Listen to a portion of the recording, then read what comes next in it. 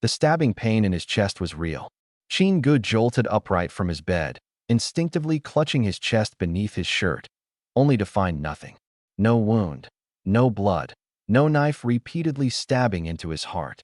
But that pain was real. The dizziness from blood loss was real.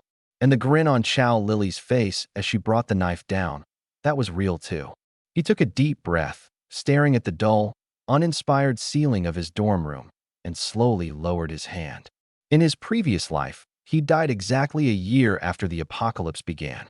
Locked inside an abandoned RV, betrayed by the woman he had dated for 3 years, and ignored by the guy he thought was his closest friend. He had handed over the stockpile of supplies that he had spent a year scavenging, thinking it would buy his survival. But Chow Lily had pulled out a knife and driven it into his chest with a cruel smile, casually saying, "It's nothing personal. Your powers just suck." Not just once. She stabbed him over and over again, each thrust accompanied by some offhand remark, like she was performing some tedious, routine task. Finally, Ding Yihong leaned in and checked for his breath, announcing coldly, "Worthless." Just as his consciousness was slipping away, a faint crimson glow flickered to life in the pool of blood spreading around him. Ding, host is in a near-death state. Activating emergency protocol. Time rewind function initiating. Note, this feature is available only once. The countdown began, 3 seconds. And then he woke up. Woke up in his old college dorm room, before the apocalypse started. Woke up in a place he had thought he'd never return to. Quietly, he called out in his mind, "System? Ding, host's vitals stable. Welcome to the Super RV system." The mechanical voice responded, calm and unwavering. Chin-gu shut his eyes and stayed silent for several seconds. This wasn't a dream. The apocalypse would still come. People would still awaken their abilities. And those two, Chow Lily and Ding Yihong, would still do what they did. The one thing that had changed was him. Now he knew. He knew when the apocalypse would begin. He knew what those two were planning.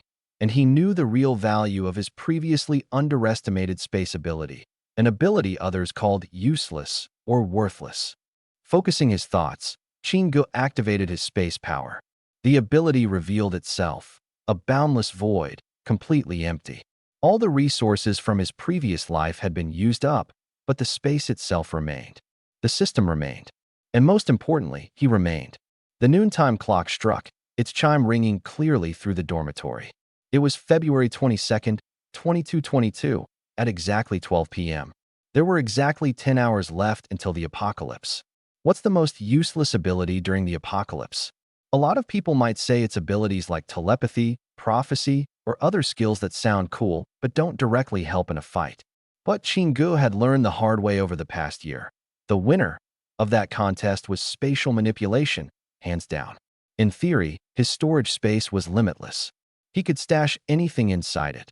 Food, water, medicine, weapons, anything he could find. The problem lay in the limitations. First, he could only store and retrieve items that he could physically lift, bound by his own strength. Second, when retrieving items, they could only appear in his hand or on the ground beside him. Yes, you read that right. Only in hand or on the ground. He had once fantasized about pulling a giant rock out of the space and using it to crush someone. But that was impossible. The rock would appear in his hand, not go flying like a projectile. And as someone with an ordinary, unenhanced physique, if he got into a battle and tried using brute force like that, he'd just end up getting himself killed even faster. So, his survival strategy over the past year had been simple: hiding. He hid from looters, dodged the growing factions, and managed to avoid countless strip searches. Whenever he encountered people, they'd thoroughly search him, finding nothing, because all his supplies were safely hidden in his space. No visible supplies meant no value. No value meant there was no reason to kill him, and people would shrug and let him go. That was the only reason he'd managed to survive as long as he did. But Chin-gu had learned a hard truth. Being an invisible weakling could only keep you alive for so long. Eventually, someone stronger, smarter, or just more desperate would come along and strip away your facade. In the apocalypse, if you lacked strength, your supplies would eventually just make you someone else's target. That thought flickered through his mind, and as if on cue, the mechanical voice resounded once again. Ding! Super RV system at your service. A semi-transparent, soft blue screen materialized before his eyes, displaying 6 neatly arranged options: character attributes, vehicle attributes, upgrade and modify, system shop, lucky draw, and system functions. First, he clicked on character attributes. The stats appeared, and Chin-gu fell silent for a moment.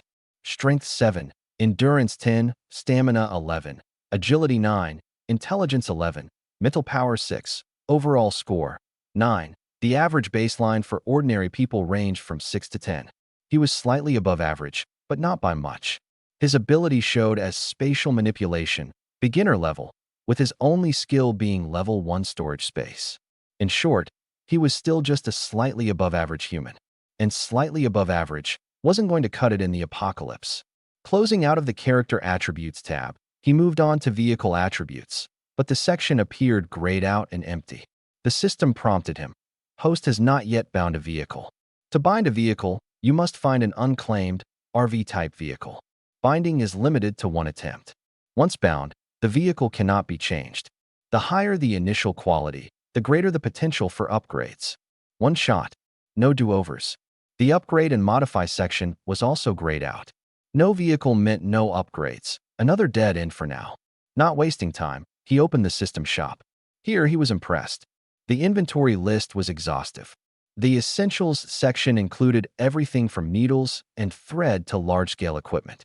The Mechanical Parts section offered blueprints for machine guns, multifunctional combat knives, and handheld crossbows, along with something ominously labeled the equalizer of all living beings, paired with peanuts, for some bizarre reason. Lastly, the Utility Items section was a grab bag of curiosities, zombie traps, anti-poison blood solutions.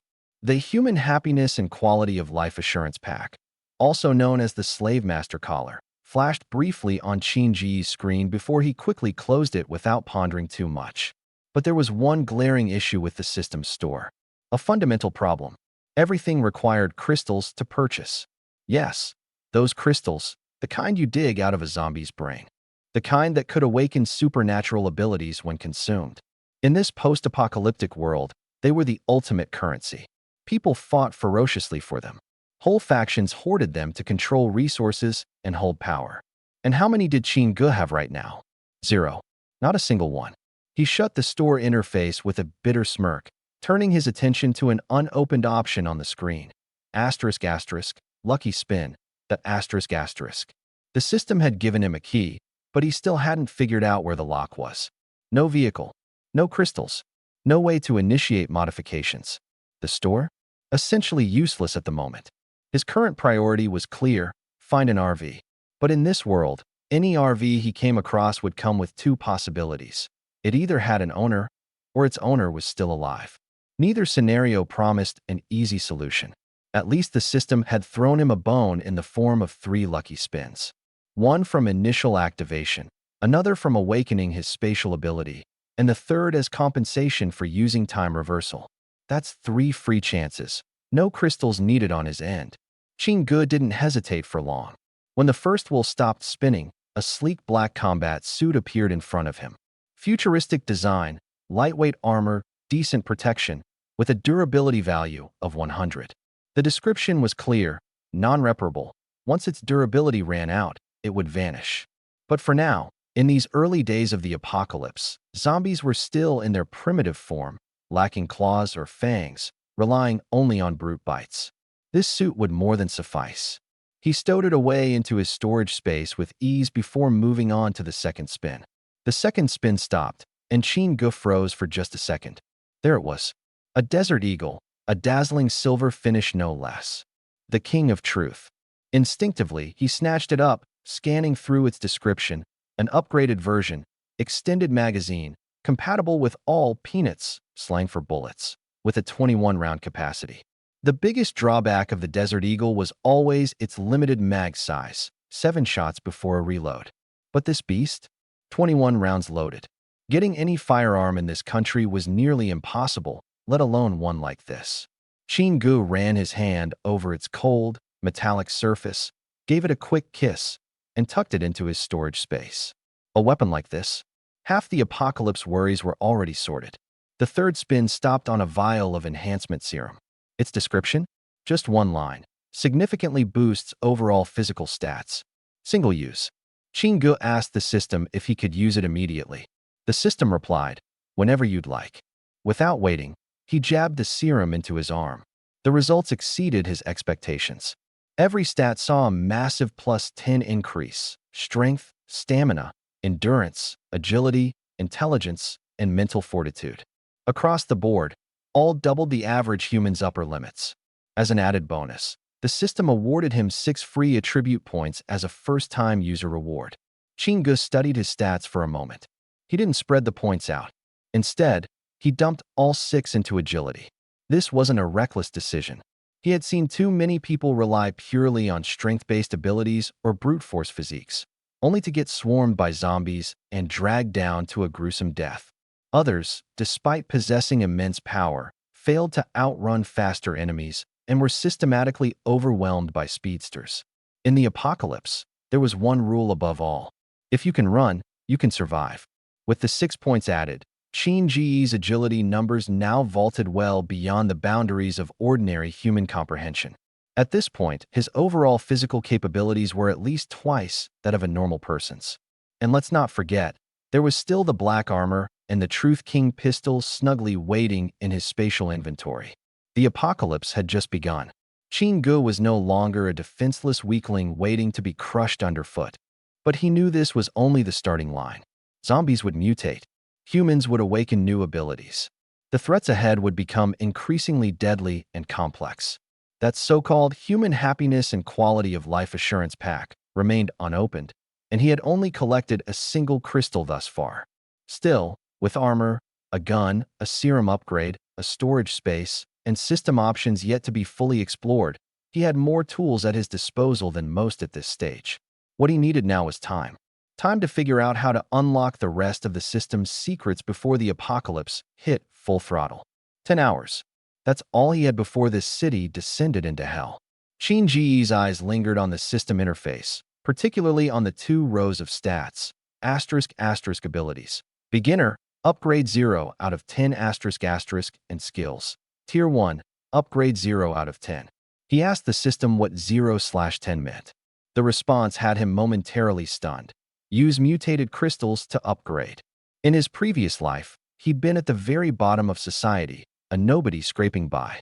Back then, he never understood why the major powers went to such insane lengths to hoard mutated crystals. Now he did. Abilities weren't capped. They could be pushed higher.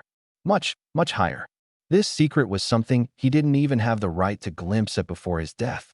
But this lifetime was different.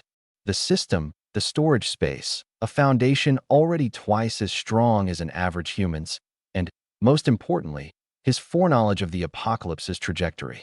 His advantage boiled down to 2 key objectives: finding an RV to bind to the system, and gathering enough resources to last in the long run. The RV had always been part of his plan.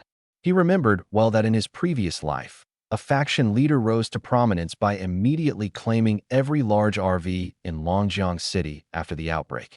This leader started strong, with a fully armored, heavily customized RV called Schreifen. It was the pride and joy of Longjiang's Mercedes-Benz dealership, a beast of a vehicle. Purchasing it? That was laughable. Its price was astronomical. But buying wasn't on Shinji's agenda. He just needed to get there first, before that man. He shelved the RV problem for now. There was a more pressing issue at hand: money. Born an orphan, Chingu couldn't have savings even if he wanted to. He glanced at the balance on his phone, frustration simmering, when a spam text popped up out of nowhere. A loan company congratulating him on being a gold-tier client, with an instant approval limit of $20,000. He stared at the message for a solid 3 seconds. Then he got to work. Loan applications everywhere. Legitimate lenders? Check. Shifty ones? Check. Big loans? Small loans? All of them. 2,000 bills, 500 bills, everything, hand them over. After all, the apocalypse will be here in 10 hours, and all these debts, along with the loan companies, will vanish from this world. Within less than an hour, the balance in his mobile banking app had climbed to 280,000 yuan.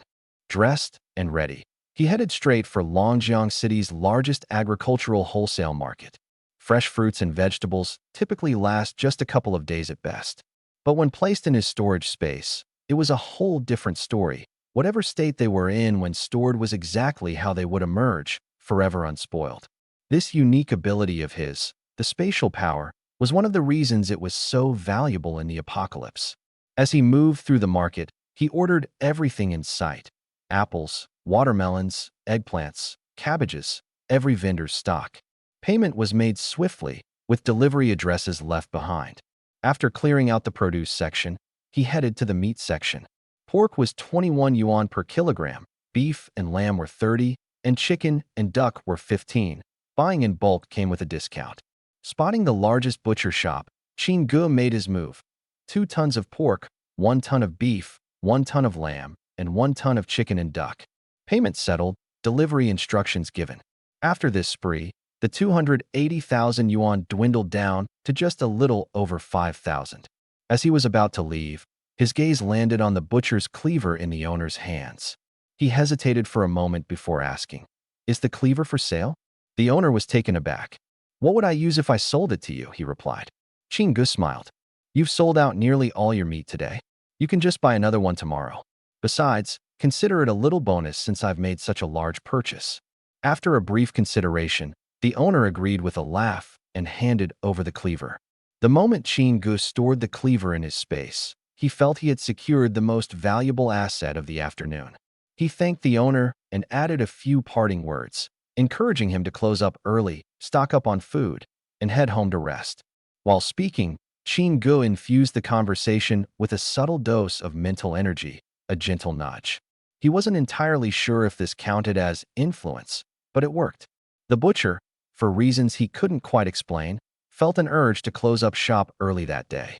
After arranging the deliveries, he did exactly that. On his way home, he stopped by a supermarket, reasoning that he'd earned enough that day to justify a little indulgence. "You never know," he thought to himself.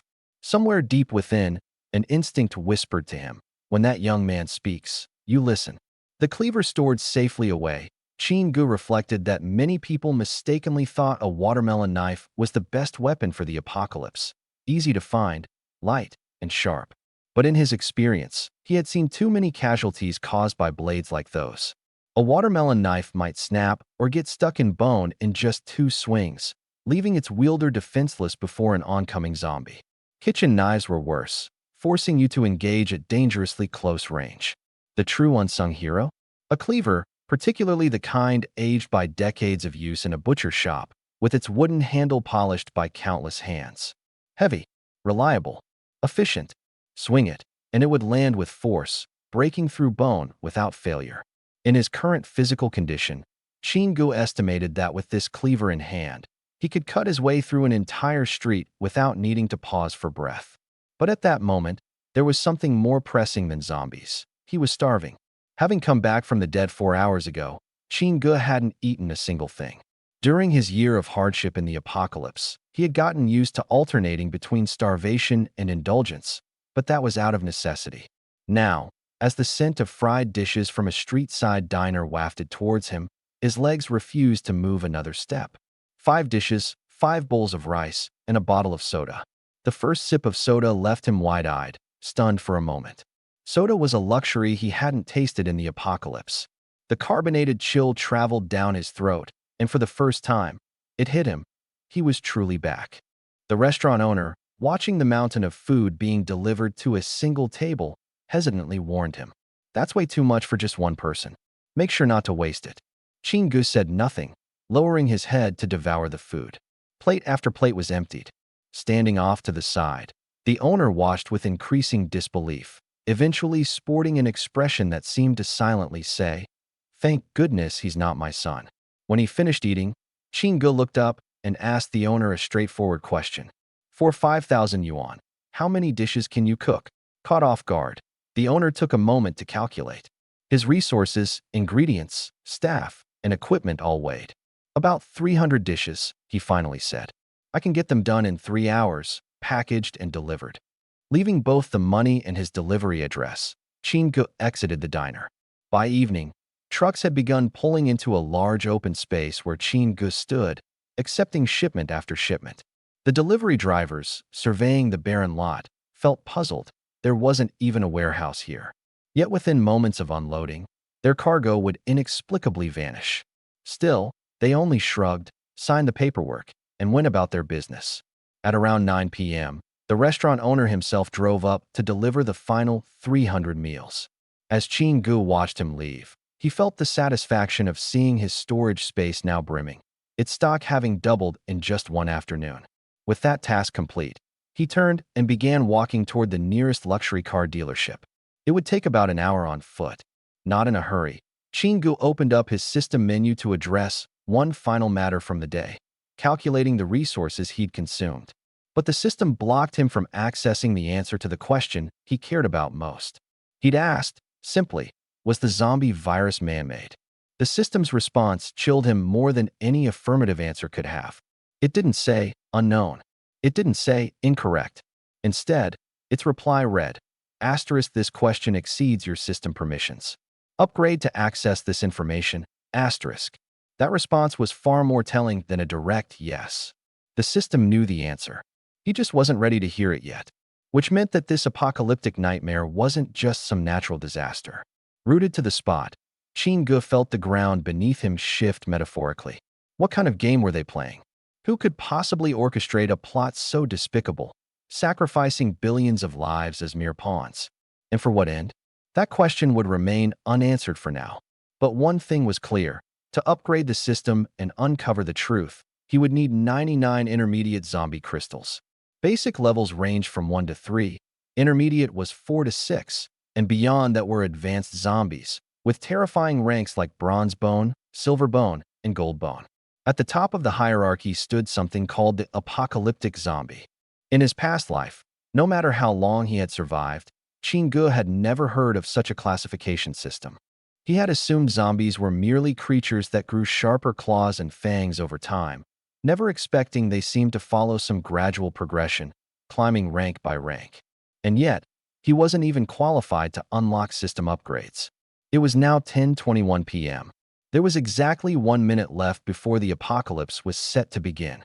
Chin-gu was already standing outside the glass storefront of a certain vehicle. It was a custom-built RV mounted on a Mercedes-Benz 8x8 Nomad Ison chassis. Originally priced at a staggering 13 million yuan, someone later reinforced it with full-body armor and painted it in a matte desert camouflage. Its headlights gleamed, and standing 3 meters wide, 4 meters tall, and 10 meters long, its presence in the showroom was akin to a predator lying in wait, restrained yet menacing. In his previous life, this vehicle had become the headquarters of a certain survivor faction. Chin-gu had once glimpsed it from afar. That faction had been wiped out in an ambush, and the vehicle vanished without a trace along with them. In this life, he had every intention of claiming it first. When he asked the system, "What do you think of this ride?" the normally cold and emotionless mechanical voice suddenly sounded different. Detected. Fully armored custom RV Schlieffen. Host. Bind it ASAP. Chin-gu paused for a moment. This system, usually so aloof and reserved, was showing its true colors over a car of all things. Binding required DNA integration and, in exchange, would grant him 1 lottery draw. Chin-gu haggled, saying it wasn't enough. The system grudgingly raised it to 2 draws, then 3, transitioning from firm insistence to outright desperation. By the end, it was practically begging, screaming things like, "Secure it. Seal the deal now. System, don't mimic the way I talk." 3 draws, deal closed. Chin-gu glanced at the time, donned his combat armor, gripped his axe tightly, and steadied his breathing. The clock struck the final seconds. February 22nd, 2022. 10:22 p.m. sharp. A streak of purple lightning split the sky, thunder rolling in its wake. Several pedestrians on the street who hadn't yet reached shelter collapsed to the ground, convulsing violently as the transformation began. The apocalypse started just like that. No warnings, no buffer. Exactly 1 second was all it took. Chin-gu sprang into action. With strength and speed double that of an average human, the fledgling zombies, barely in the process of fully mutating, fell almost instantaneously under his axe. 1 hit down. He didn't rush away. Instead, he cracked their skulls open, searching for crystal shards. In his previous life, The drop rate for crystals had been 1 in 10. Out of 6 zombies, he harvested 1 shard. He held the shard up, inspecting it briefly. The system required 99 mid-tier crystals to upgrade, and he had just obtained his first low-tier one. The road ahead was long, but the real challenge wasn't just the arduous journey. It was the endpoint, the locked answer he was determined to uncover with his own hands. The moment Chin-gu pressed his blood-stained palm against the hood of the RV, the system's notification rang with a triumphant chime. Binding complete. Grade S. In his previous life, he had stared at this Schlieffen from afar, unable to claim it. His rebirth granted him the chance to set things right, and like a man on a mission, he made this vehicle his first priority. Even when a horde of zombies surrounded the area, he had acted with unwavering precision, clearing the scene, smashing the glass, cutting his hand, slamming his palm down. Each step executed fluidly, as though reflexive. However, when the system flashed the reward of 3 premium lottery draws, Chin-gu barely gave it a cursory glance, dismissing it with a wave of his hand. What truly mattered to him were the RV's capabilities. As soon as he climbed inside, the system triggered a notification, detected outdated internal system, unable to utilize full functionalities. Override it. Without hesitation, not even sparing a second to think, Chin-gu tapped yes. He hadn't fought for the Schlieffen and spilled blood just to settle for a half-functional version. The moment the overwrite was complete, the engine rumbled to life, the vehicle's interior and exterior lights flickering on. Suddenly, a holographic projection of an anime-style girl appeared on the dashboard, winking and flashing a playful peace sign. Full system functionality unlocked. Chin-gu immediately opened the Vehicle Attributes tab. The screen transitioned from gray to blue. A 3D schematic of the Schlieffen rotated in front of him, detailing the power system, weapon systems, and defensive modules. Each module was accompanied by upgrade options. The first thing he clicked into was the power system's upgrade page. What he saw nearly made his eyes pop out. Hydrogen fuel cells, miniature nuclear reactors, and even galaxy-level propulsion systems and stellar core engines showcased on later pages. He stared at the endless trail of zeros attached to the price tags, then glanced over at his account balance before silently exiting the page. Balance, $0. All right, next up, weapons. Navigating through the weapons system, Chin-gu settled on a realistic, achievable option for now, a fully automatic Gatling gun system. Mounted on the roof, it came with 1 primary cannon and 2 secondary ones, carrying 3,000 rounds and 2,000 rounds each, respectively. Accompanied by a holographic radar system with 360-degree target tracking and hideaway features, it promised obliteration of any target within a 100-meter radius. Price, 100 mutant crystals. Chin-gu's expression tightened. His lips pressed into a firm line. 100 crystals, a sum that had been a pipe dream in his previous life. He vividly remembered how long it had taken him to gather that many. But this time was different. He knew the locations of zombie hordes, untouched stashes of resources, and the perfect moments to strike or hide. Cutting progress, no unnecessary risks, and those 100 crystals would come. It was only a matter of time. He bookmarked the Gatling system, adding it to his watch list, then closed out to return to the main menu. That left the 3 unclaimed lottery draws. But before tapping into them, Chin-gu paused, a thought surfacing in his mind. The system's reaction when he bound the Schlieffen.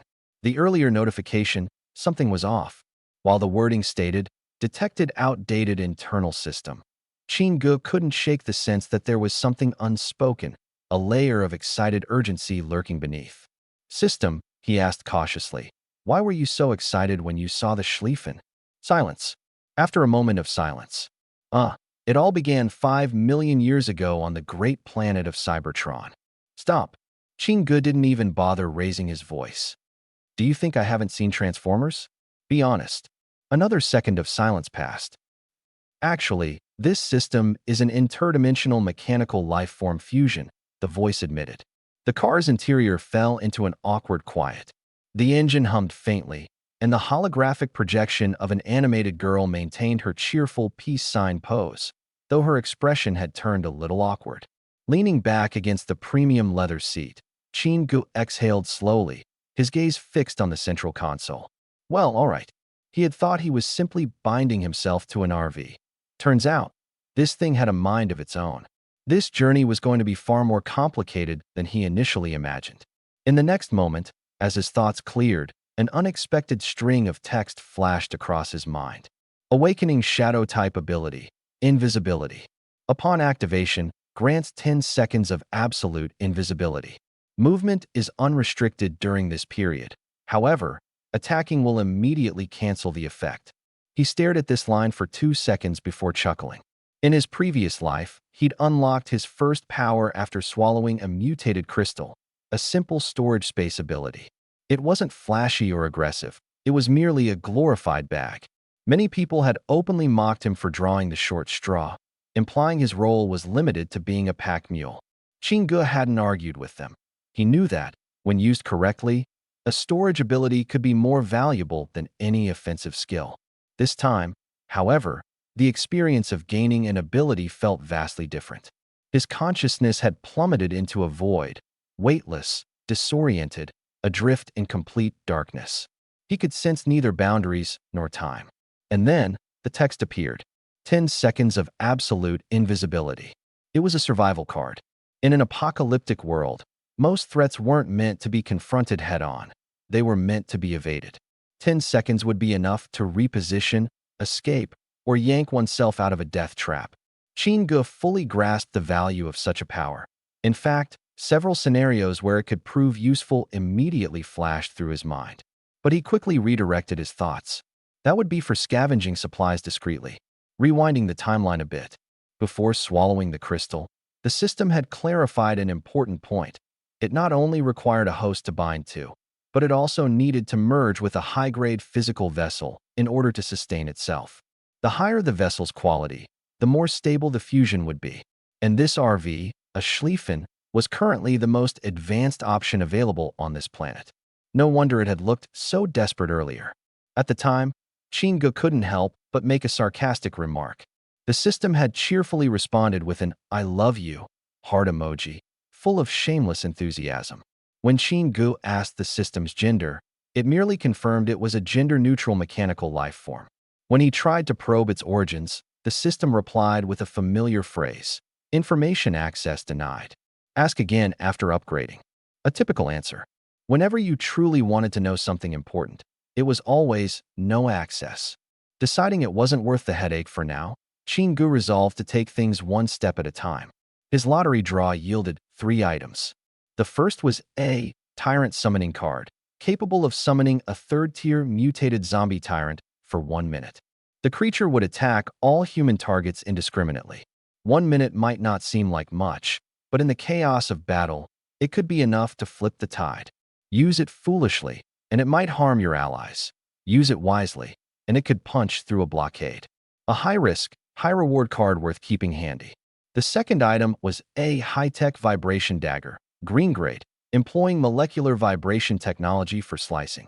Good for emergencies or self-defense. The third was antivirus serum, capable of neutralizing zombie viruses below the 3rd tier. It worked on non-completely mutated entities and was a single-use item. This serum was the most practical. In the apocalypse, no one could guarantee staying injury-free forever.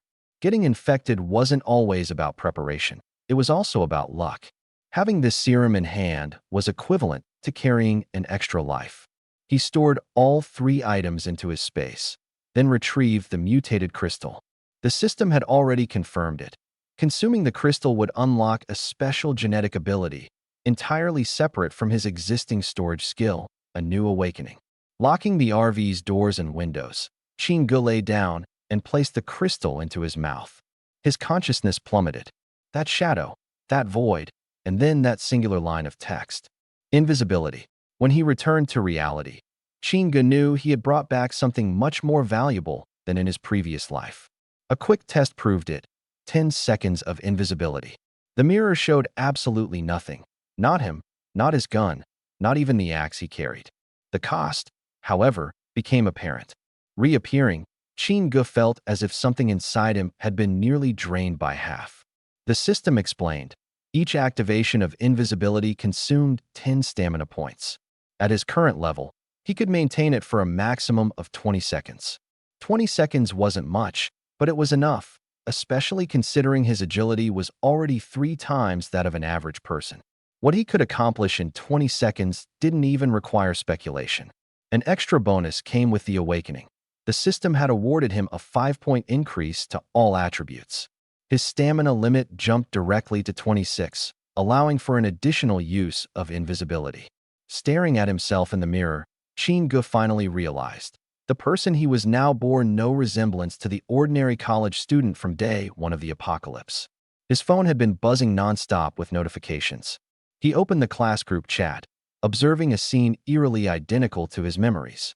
The previous timeline played out word for word, people crying, others analyzing the situation, someone peeking out with binoculars from their dorm window, and one guy carrying a friend who'd rushed out earlier only to become zombie chow. In this city, the majority of survivors were cowering behind doors, waiting for the army to rescue them. Pocketing his phone, Chin-gu pressed the pedal. The Schlieffen rolled smoothly out of the showroom, heading straight for the largest supermarket in Longjiang City. The time was 10 a.m., the first real day of the apocalypse.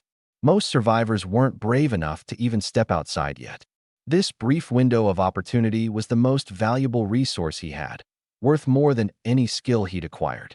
The first day of the apocalypse, the dorm group chat was still arguing whether or not to trust the government.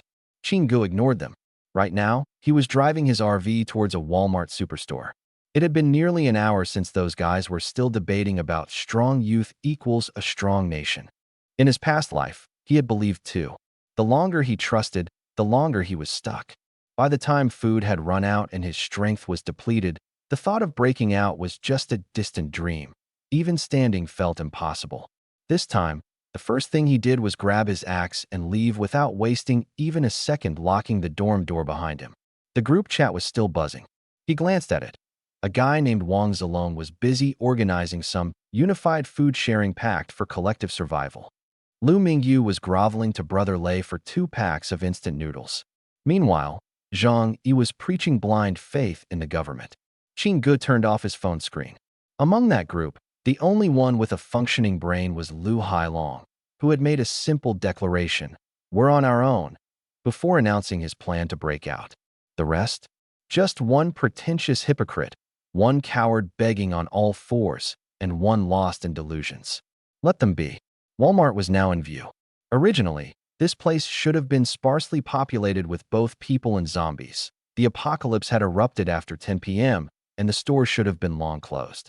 But today happened to be February 22nd, 2222, and the Walmart owner had launched a 24-hour shopping festival.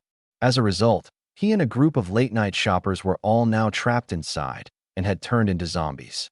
Luckily, the warehouse area was relatively safe, just a few zombies in warehouse uniforms shuffling around outside. Chin-gu donned his combat gear, secured the vibrating dagger to his waist, and readied his axe as his main weapon. As soon as he stepped out of the RV, 4 or 5 zombies rushed towards him, only to drop dead in the blink of an eye, their bodies failing to yield even a single mutation crystal. He frowned briefly at the ground, muttering about his terrible luck, before rifling through the pockets of the dead warehouse workers and finding the keys to the storage area. Without hesitation, he pushed the door open and went inside. A few wandering zombies were still in there. He dispatched them quickly. Again, no crystals. Chin-gu decided not to dwell on it. He got straight to work, scooping everything off the shelves into his inventory space without any discrimination. His storage had no upper limit, so he could sort through everything later at his leisure. Following his principle of, if it's here, it's mine, he turned the entire Walmart warehouse upside down, looting it clean. Standing before the now empty shelves, he took a deep breath. Inventory space, combat armor, and a vibrating dagger. These things had all been acquired far too late in his last life. By the time he had pieced everything together, the city had already been overrun by zombies. This time, he was ahead of the game, and with his improved baseline stats, taking on 10 ordinary zombies simultaneously was no longer a concern. As he exited the warehouse, he glanced back at his RV. Its matte camouflage paint gleamed under the sunlight as if fresh from the factory, even after plowing through countless zombies along the way. The chassis bore not a single dent. Chin-gu stared at it for a moment, feeling a tangible sense of security settling over him. Speed, defense, storage. His current setup was leagues ahead of where he had been at this time in his prior life. The only thing bothering him was the lack of any mutation crystals. It was irksome, to say the least. He gripped his axe tightly and turned to look at the supermarket's main doors. The warehouse was cleared, but the main store's inventory was still untouched. Logically, the densest collection of zombies would be inside. Thanks to the shopping festival, the place had been bursting with people, and once the outbreak hit, escape became nearly impossible. There was a chance some mutation crystals might be in there. Chinga tightened his hold on the axe handle and started walking toward the main entrance. 200 zombie corpses later, Chinga was treading on blood-soaked floors as he made his way to the deeper sections of the store, focused on the task at hand. He was searching for crystals. In this apocalyptic world, mutation crystals were the most valuable resource. They were the real currency, more valuable than food. One by one, he checked and dug through the corpses, clearing one row of aisles before moving to the next. By the time he had scoured the entire supermarket, he was crouched on the floor with 6 crystals in his palm. 6. From nearly 200 corpses. He cursed under his breath and stashed the crystals into his inventory. But at least the food side of things had gone better. Because of the Gal Pals shopping festival the owner had organized for the event, much of the warehouse inventory had already been moved out and stocked on the store's ground floor. Chinga didn't bother with snacks or junk food.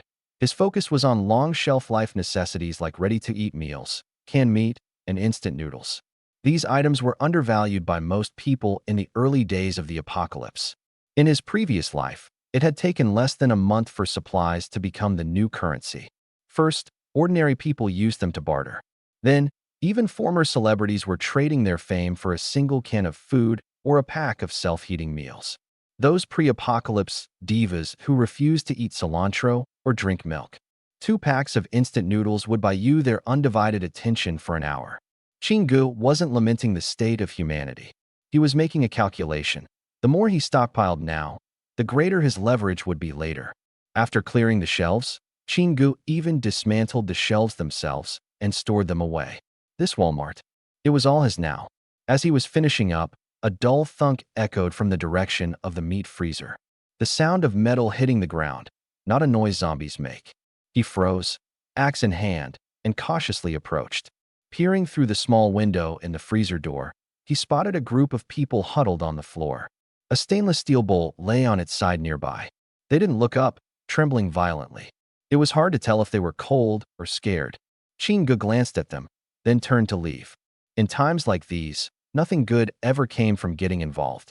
They might seem pitiful now, but once they were out, who knew what kinds of desperate actions they'd take? With no law or order, it was human nature that became the true wild card.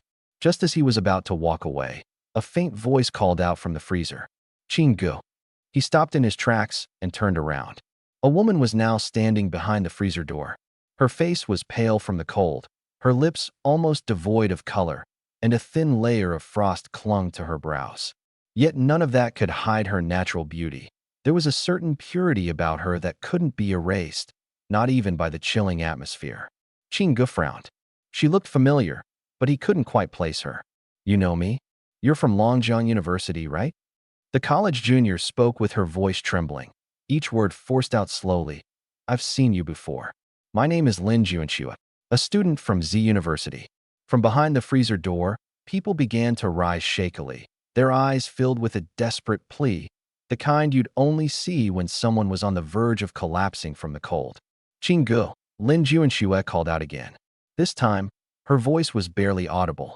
The door is jammed. We're going to freeze to death. She could see the ground outside was littered with zombie corpses, and Chinga stood sturdy and unshaken. That meant the area was momentarily clear. Safe, for now. Chinga didn't respond immediately. He studied her for a second before his gaze shifted to the people trembling behind the door. He silently calculated for a beat. Then he raised his axe. Bang, bang, bang. 3 heavy strikes, and the freezer door gave way. The group inside came spilling out in a rush, crowding forward, almost tripping over one another. The cold air rushed out alongside them. Chinga took a step back to make room. Once they'd had a moment to catch their breath, Lin Juanxue began recounting last night's chaos. Her voice was soft and broken, but her words painted a gruesome picture. They had come here for a shopping festival. What should have been a fun stroll through the supermarket turned horrifying within seconds. People started collapsing one after another without warning, and the panic spread like wildfire. Within moments, the ones who had fallen began to rise again, sinking their teeth into the living. Lin Juanxua watched her best friend die in the chaos. Those who survived staggered their way to the cold storage, counting on the heavy steel door to block off the zombies. It worked, but then they realized the lock couldn't be opened from the inside. They walked in, but they couldn't walk out. Somehow, surviving the night until now was purely a stroke of luck. Chinga stared at the girl in front of him, her pale complexion beginning to warm up ever so slightly. He suddenly froze. Lin Juanxua, Z University's campus belle. The name was famous. He had heard it countless times in his previous life, but he'd never had the chance to see her in person, let alone up close. After the apocalypse began, her name carried a new title that everyone knew, the Flame Goddess. In Jiang City, she rose to become the third-ranked leader of a women-only militia. With her fire abilities, she could incinerate entire hordes of zombies. Together with her unit, entirely formed of girls from Z University, she carved out a solid territory in the chaos of the city. And now here she was, standing before him in a crimson dress stained with blood on its edges, her high heels bearing marks of scuffles she likely didn't want to remember. The fear in her glimmering eyes didn't mask the weariness etched on her delicate features. It was her. He said nothing at first. Scratching the back of his head, he casually told her he was just passing by. Lin Juanxua immediately regretted asking her earlier question. Of course, he hadn't come here specifically to save her. What was she even thinking? The awkwardness hung in the air for a second. Before it could fully settle, a burst of noise broke out from the other side of the warehouse.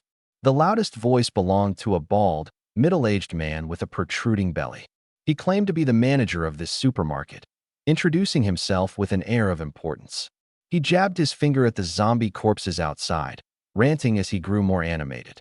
He accused Qin Gu of being a lunatic, who just happens to kill so many zombies and then cuts their heads open. What kind of sicko does that? The group of survivors behind him started chiming in, nodding along. Someone even pulled out their phone, holding it up to snap pictures of Qin Ji's face while muttering phrases like collecting evidence.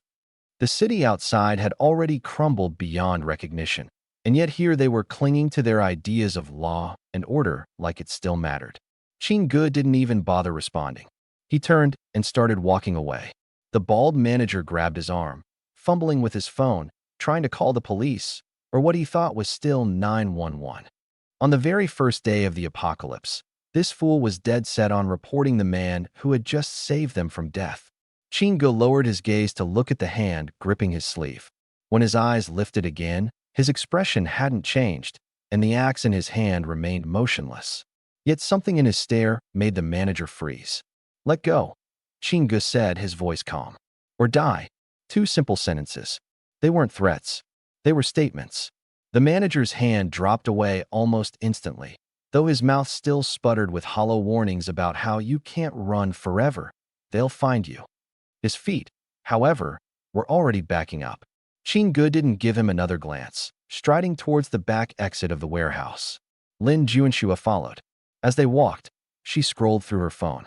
The screen was flooded with global news updates, reports of synchronized chaos breaking out all around the world. By the time she finished reading, her resolve had solidified. She had read enough apocalypse-themed novels to understand the harsh truth of scenarios like this. During the early stages, the weak didn't survive long. If they didn't get bitten and turned, they became prey to dangerous humans. And someone like her, beautiful and vulnerable, would only attract more problems. Sticking with Qin Gu was not just a good decision, it was the best one. There was no alternative. But why would he let her? She stole glances at the man walking ahead of her, trying and failing to read his expressions. There was no hint of the admiration or desire she was used to seeing in others' eyes. Instead, his gaze was cold, indifferent, as if saving her had been nothing more than an afterthought. Then she saw the vehicle parked in the wide courtyard just ahead. It wasn't just any vehicle, it was a tank-like armored car. The reinforced steel plating was clearly intentional, and the dents and scratches on its surface hinted that it had been through hell and back, rolling over far more than just roadkill. Lin Junshue's breath caught as she stared at it, silently processing. Qinggu turned, his eyes landing on her with a seriousness that felt heavy. This wasn't someone scrutinizing her charm. This was someone thinking, calculating. In his past life, Lin Junshue's fire abilities had been undeniable, but one elemental power alone wasn't enough to secure third place in the city's rankings. If her militia of college girls had managed to reach that level of power, then there had to be something behind the scenes that he didn't know about. What other secrets was she hiding? What other cards had she been dealt? He didn't have an answer yet. The sharp blast of thunder cut through the tension, snapping him out of his thoughts. It wasn't fear that tightened his expression. It was the realization of something he had almost forgotten. In the sky above, a supply crate was descending slowly, floating down on a parachute. He remembered this scene vividly from his previous life. He had watched from his dorm room window as the golden crate landed on the dining hall roof. But back then, he had lacked the strength and the courage to do anything. In the end, the crate had disappeared, snatched up by someone else. Whoever claimed it had gained an early lead during the apocalypse, advancing by leaps and bounds while the rest of the survivors lagged behind. Not this time. This time he had strength. He had weapons. He had preparation. He had a vehicle. And most importantly, he had no intention of letting another opportunity slip through his fingers. The airdrops that came after the apocalypse were an anomaly, an unpredictable system with unclear origins. No one knew where they came from or why they dropped, but it was impossible to predict when or where it would happen again. The location was random, the timing unpredictable, and the contents of the box unknown. But the tiers of the loot crate were fixed: bronze, silver, and gold. The first wave of golden crates contained only 5. The closest one to this location? Right on the rooftop of Z University's cafeteria. Qinggu turned his head to glance at Lin Junsue, who stood beside him. She had said she wanted to go to the university to save her younger sister. And in that moment, a light bulb went off in his head. How had this woman, in his last life, skyrocketed from being an ordinary fire ability user to someone who stunned everyone with her remarkable rise to power? Looting. Odds were high that she'd looted this very golden crate. So her excuse of going to Z University wasn't solely for her sister. No, those two goals happened to align perfectly in the same direction. Get in. He opened the camper's door, his tone flat. If you want to save your sister, follow me. Her hesitation lasted less than a second. A system prompt suddenly popped up. Asterisk, a new human life form has entered the vehicle. Bind as a partner. Asterisk. He selected no. It wasn't that he didn't need teammates. But trust? In the apocalypse, trust was a luxury. This woman was a complete stranger to him. Or worse than a stranger, someone he needed to be cautious of. She could call his name the first time they'd met, yet he had no recollection of her at all. That had yet to be explained. Whether she was friend or foe, he couldn't say for certain yet. For now, keeping her under his watch was safer than leaving her out on her own. The camper roared to life and sped toward Z University's cafeteria. The engine noise inevitably attracted nearby zombies. Qinggu suited up in his combat gear, grabbed his axe, and stepped outside to take care of business. Meanwhile, Lin Junsue stayed in the camper, staring out the window at the dark silhouette slicing through hordes of zombies. Her hands clenched into fists as her heartbeat quickened. Only when the zombies fell one after another did she finally exhale, releasing the breath she hadn't even realized she'd been holding. She stepped out of the camper and walked up to him, only to find Qinggu crouched over a zombie's corpse, digging into its skull with a blade. She didn't ask questions, just stood nearby, keeping an eye on their surroundings. It wasn't until the 16th corpse that he found one, a dull, diamond-shaped mutant crystal with a faint glow. Qinggu stashed it in his spatial storage, mumbling a frustrated curse under his breath about the abysmal drop rate. Lin Junsue watched him silently. She pieced things together. The zombies with cracked skulls they'd seen in the supermarket, the way he meticulously dug through every corpse now. They hadn't taken this detour by coincidence. She finally realized that bringing her wasn't just his act of kindness. But what exactly did these crystals do, and why did he care so much? That remained a mystery to her. The golden crate was still untouched on the cafeteria rooftop. In his last life, Qinggu had dug through over 200 zombie corpses at that supermarket and only found 6 mutant crystals. And now? He watched as Lin Juanxue casually picked up a rock from the flower bed, smashed open a zombie's skull, reached in, rummaged for a second, and pulled out a crystal. Then promptly gagged. She wiped her mouth, then continued onto the next zombie. By the end of her gruesome work, she'd looted 41 crystals from about 130 corpses. Qin Ge slumped against the flower bed, staring at her. His thoughts boiled down to one exasperated conclusion. Asterisk, what kind of chosen one is she? Asterisk. Sure, he understood. In his last life, Lin Juanxue hadn't climbed to the top 3 of Jiang City's survivors leaderboard out of sheer hard work. Probability itself favored her. It was a talent of its own. But here was the kicker. He hadn't even known her name in his last life. If not for sheer coincidence in this timeline, she'd probably already be dead back in that apartment. With that sour realization, Qin Ge handed her a high-frequency, vibrating dagger from his spatial storage and told her to keep digging. He headed into the cafeteria alone. The apocalypse had broken out at 10 p.m. The cafeteria would have been locked down, and chances were no one was inside. But chances alone weren't something Qin Ge wanted to rely on this time around. He held his axe firmly and led the way, Lin Juanxue following closely behind. They quietly passed through the ground floor and the second floor. At the stairwell to the third floor, they heard muted groans of a few zombies, 3 or 4, by the sound of it. The third floor housed staff dormitories. It made sense that whoever had turned got trapped in there. Qin Ge signaled Lin Juanxue to stay back while he dashed forward, taking care of the small group in quick, brutal efficiency. Lin Juanxue followed him afterward and resumed looting. As she crouched to retrieve a crystal from one of the corpses, a zombie approached silently from behind. Qin Ge didn't even need to think. He instinctively yanked her behind him and swung his axe in the same motion, cutting down the zombie in one clean blow. The entire sequence took less than 2 seconds. Lin Juanxue stood behind him, chest heaving, face momentarily pale. But only for a moment. She quickly regained her composure. No shrieking, no collapse, just a deep breath and a tighter grip on her dagger. Qin Ge didn't say anything. He merely glanced at her once. Anyone else would have screamed the roof down by now. No wonder she'd managed to fight her way to the top in his last life. But things that had once fallen into her hands wouldn't be hers this time around. The two of them reached the rooftop. There it was, the golden loot crate, gleaming under the pale light.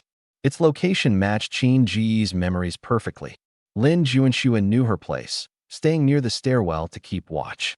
Her gaze occasionally drifted toward the crate, but she never moved closer. Qin Ge stepped forward. This was the first time he'd ever been this close to a golden loot crate, even across 2 lifetimes.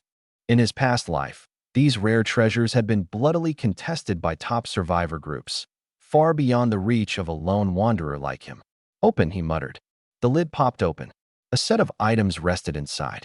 Universal armor, blue tier, capable of withstanding attacks from second-tier zombies. Reparable using low-tier mutant crystals. Durability, 150. Universal boots, blue tier, agility +10, reduces sound while moving. Universal ring, blue tier, endurance +5. Several items in. His gaze froze on the third attribute listed on the ring. He stared, stunned, for a full 2 seconds. Not because the loot was underwhelming, far from it, but because he recognized the set. It was the same one he'd seen in his past life. The armor, the axe, everything matched. Potions and supplies, 8 items in total, not a single one missing. In his previous life, while he was struggling to survive trapped inside another building, Lin Juanxue had already appeared in front of everyone wearing this armor and wielding this axe. Back then, he had simply chalked it up to her sheer good fortune, until much later when he overheard rumors that on the very first day, she had opened a rare golden loot box. Now it all made sense. That loot box was always meant to be here. It's just that in his last life, she got to it first. But this time, he was the one who reached it first. Qin Ge didn't dwell on it. He immediately injected the potion into his arm and swapped his outfit for the crimson armor. A series of system notifications popped up. First, his base attributes increased by 3 points across the board, and then there was an unexpected additional notification. Detected host is equipped with the Universal Spirit set. Bonus, hidden attribute activated. All stats +5. Hidden attributes? He hadn't even known such a feature existed in his previous life. After quickly refreshing his status panel and glancing at his boosted stats, Chin-gu calmly closed the interface. It was only the first day of the apocalypse, yet his overall strength already exceeded the average human's upper limit by 3 to 4 times. With spatial abilities, stealth skills, a personal storage dimension, and an upgraded Desert Eagle pistol stored inside it, he felt confident he could handle even enemies with firearms if it came to that. This was a hand of cards he hadn't been dealt in his last life. He handed over the black combat armor he'd just replaced to Lin Juanxue, along with a cleaver he had nabbed from a butcher in town. Accepting both items, Lin Juanxue quickly suited up without protest or unnecessary questions. Thanks to the armor's adaptive fit technology, it conformed perfectly to her frame. She took a few steps to test its feel and nodded in satisfaction. Just as Chin-gu was about to head out, his phone buzzed unexpectedly. Answering, he listened for a few seconds before snorting in contempt. He cursed sharply, "Screw off," and hung up. Lin Juanxue glanced at him briefly but stayed silent. The two then exited the cafeteria building. Outside, a few wandering zombies were already lingering near the entrance. Chin-gu picked up the battle axe he had just acquired, dispatching them cleanly and efficiently. Lin Juanxue followed closely behind, looting the corpses without hesitation. The synergy between them was so seamless it felt as though they had been working as a team for ages, rather than this being their first outing together. Chin-gu distinctly remembered that in his previous life, a silver loot box had dropped near the female dormitories. Though he couldn't recall which specific building it was next to, the two of them decided to clear the area thoroughly, taking out all the zombies between the dorms as they went. Finally, they spotted the loot box at the base of one of the dormitory buildings. But just as they bent down to grab the box, Chin-gu noticed something. They were being watched. The people inside the dorm building had been observing them the entire time. From the moment they started clearing zombies up until the zone had fallen quiet again, a few heads peeked hesitantly out from behind the windows. Now that it seemed safe, murmurs of conversation began growing louder. "It's Lin Juanxue." Someone recognized her immediately. The following chatter erupted into chaos. Some were crying, others frantically asking if the military had arrived to rescue them, while a few fixated on Chin-gu's striking crimson armor, speculating about his identity. "Who's the guy in red? He's not her boyfriend, is he?" A girl leaned halfway out of a window, her face lighting up with curiosity, but before she could finish her sentence, the silver loot box remained unopened beneath their feet. The chatter from above showed no signs of stopping until a small voice from the third-floor window pierced through the noise, silencing Lin Juanxue on the spot. "Juanxue, your sister Junyao was taken away." That single sentence made the admiration and bustling conversations around Lin Juanxue vanish in an instant. The speaker was a girl named Chunlan, Junyao's roommate. From her perch at the third-floor window, her voice trembled, heavy with tears, as she painstakingly recounted the events of last night. The details sent a chill down their spines. Barely 10 minutes before the outbreak began, Chunlan and Lin Junyao had walked out of the campus gates, heading toward a street vendor's stall to grab a late-night snack. Out of nowhere, a black van had screeched to a halt beside them, and a group of masked men had jumped out, clearly aiming for Lin Junyao. Chunlan, managing to react quickly, had made a narrow escape, leaving her phone smashed in the chaos. She had tried to reach campus security to report the incident, but before she could reach the guard booth, the apocalypse was already upon them. It wasn't that Junyao couldn't be found. It was that there had been no time to look for her. Lin Juanxue had spent all of last night calling her sister repeatedly, only to hear the automatic message, "The number you dialed is currently unavailable." She had told herself that Junyao wasn't reckless, that she was most likely holed up in the dormitory and safe. That faint hope was now utterly shattered. Junyao had been kidnapped before the outbreak even began. The people who took her weren't amateurs. They had come prepared, with her specifically as their target. Chunlan sobbed uncontrollably from the window, apologizing over and over, saying it was her fault for suggesting the late-night snack run that had led to Junyao's capture. Chin-gu stood by, saying nothing. Lin Juanxue inhaled deeply, then spoke calmly to Chunlan. "No one could have predicted this. Don't blame yourself. I'll find her." Her voice was steady, her face giving away no trace of emotion. Qin made a mental note. This composure under pressure was rare.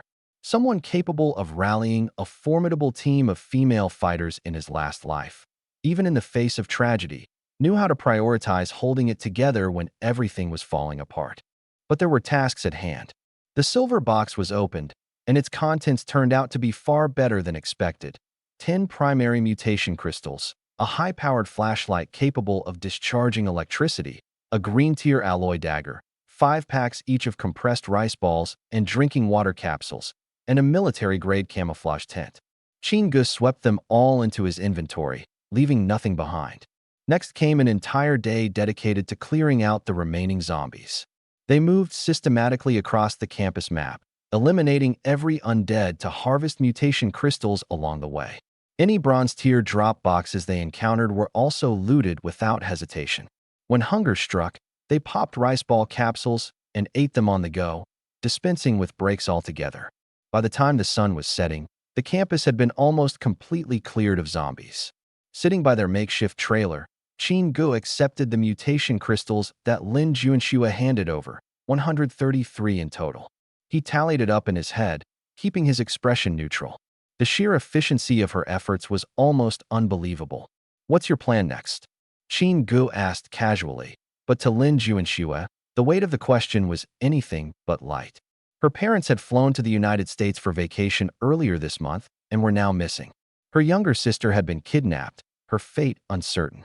In this apocalyptic world, the only capable person she could rely on sat across from her, and at any moment, he might decide to walk his separate path. After a moment of silence, Lin Juanxue spoke, her voice softer than she had expected. "Qin, would you let me stay with you?" Qin hadn't anticipated such a request from the once mighty leader who had led her team with unshakable authority in the previous lifetime. Instead of answering outright, he summoned the system in his mind and asked for guidance. Before responding, he examined Lin Juanxue from head to toe. Affection level, 95. Attraction zone.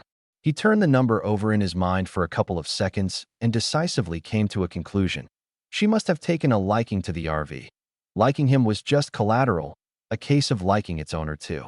That's simple. It had to be. Having been betrayed and stabbed in the back in his previous life, there was no way Qin would be swayed by a pretty face or a number on a screen. So, when Lin Juanxue heard the words "no," and her eyes reddened with tears, Qin didn't falter. Instead, he followed up with, "But you can be my teammate."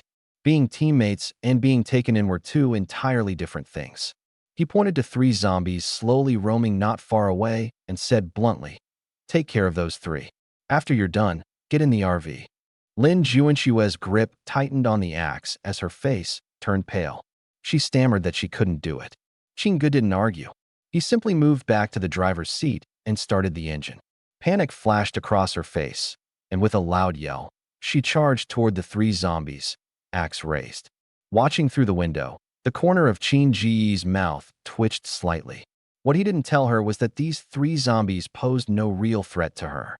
She had spent the entire afternoon following him around, watching him chop, dodge, and anticipate the movement patterns of the undead. She had already started internalizing those actions without realizing it. Besides, Qin had antidotes stored in his space. Even if she were bitten, he had a way to treat her. This wasn't a life-or-death trial. It was an entry-level test. As the last zombie fell, Lin Juanxue dropped to the ground, panting heavily. Qin stepped out of the RV, pulled a towel from his space, and handed it to her. "Go clean up in the restroom." She disappeared inside, and in those few moments, the system chimed again. Affection level +1. Current level, 96.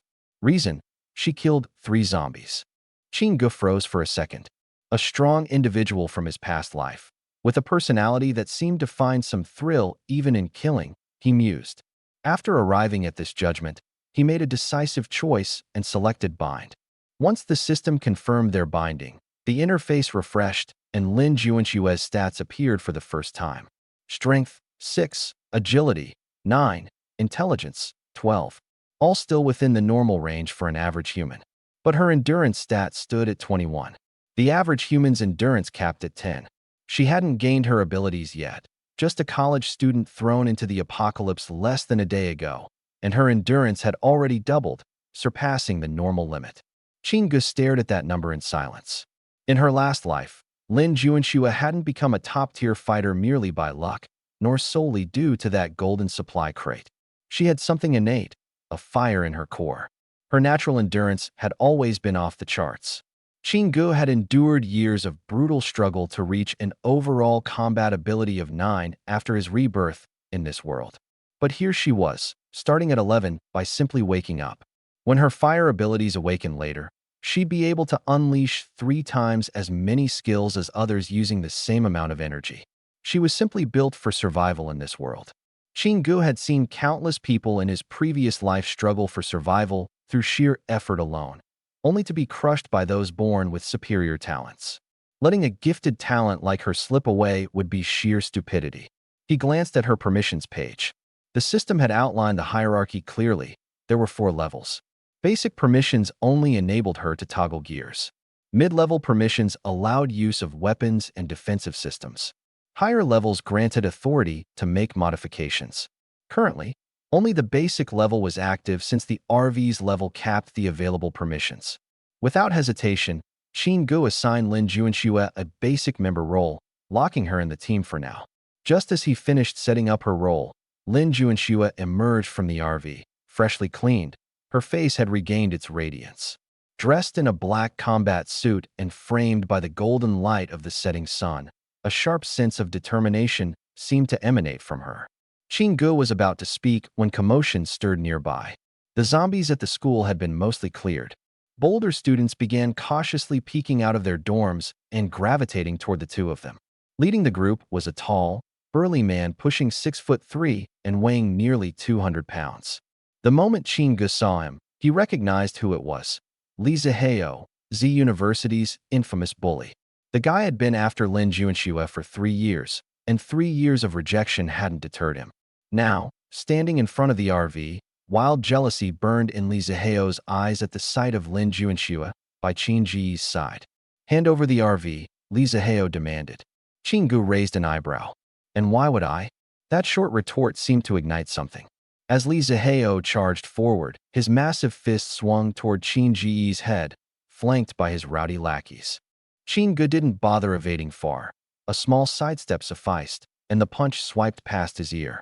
Li Zihao froze in surprise. No one had ever dodged his punch before. Before he could swing again, Qin Ji's powerful front kick sent him tumbling back several steps.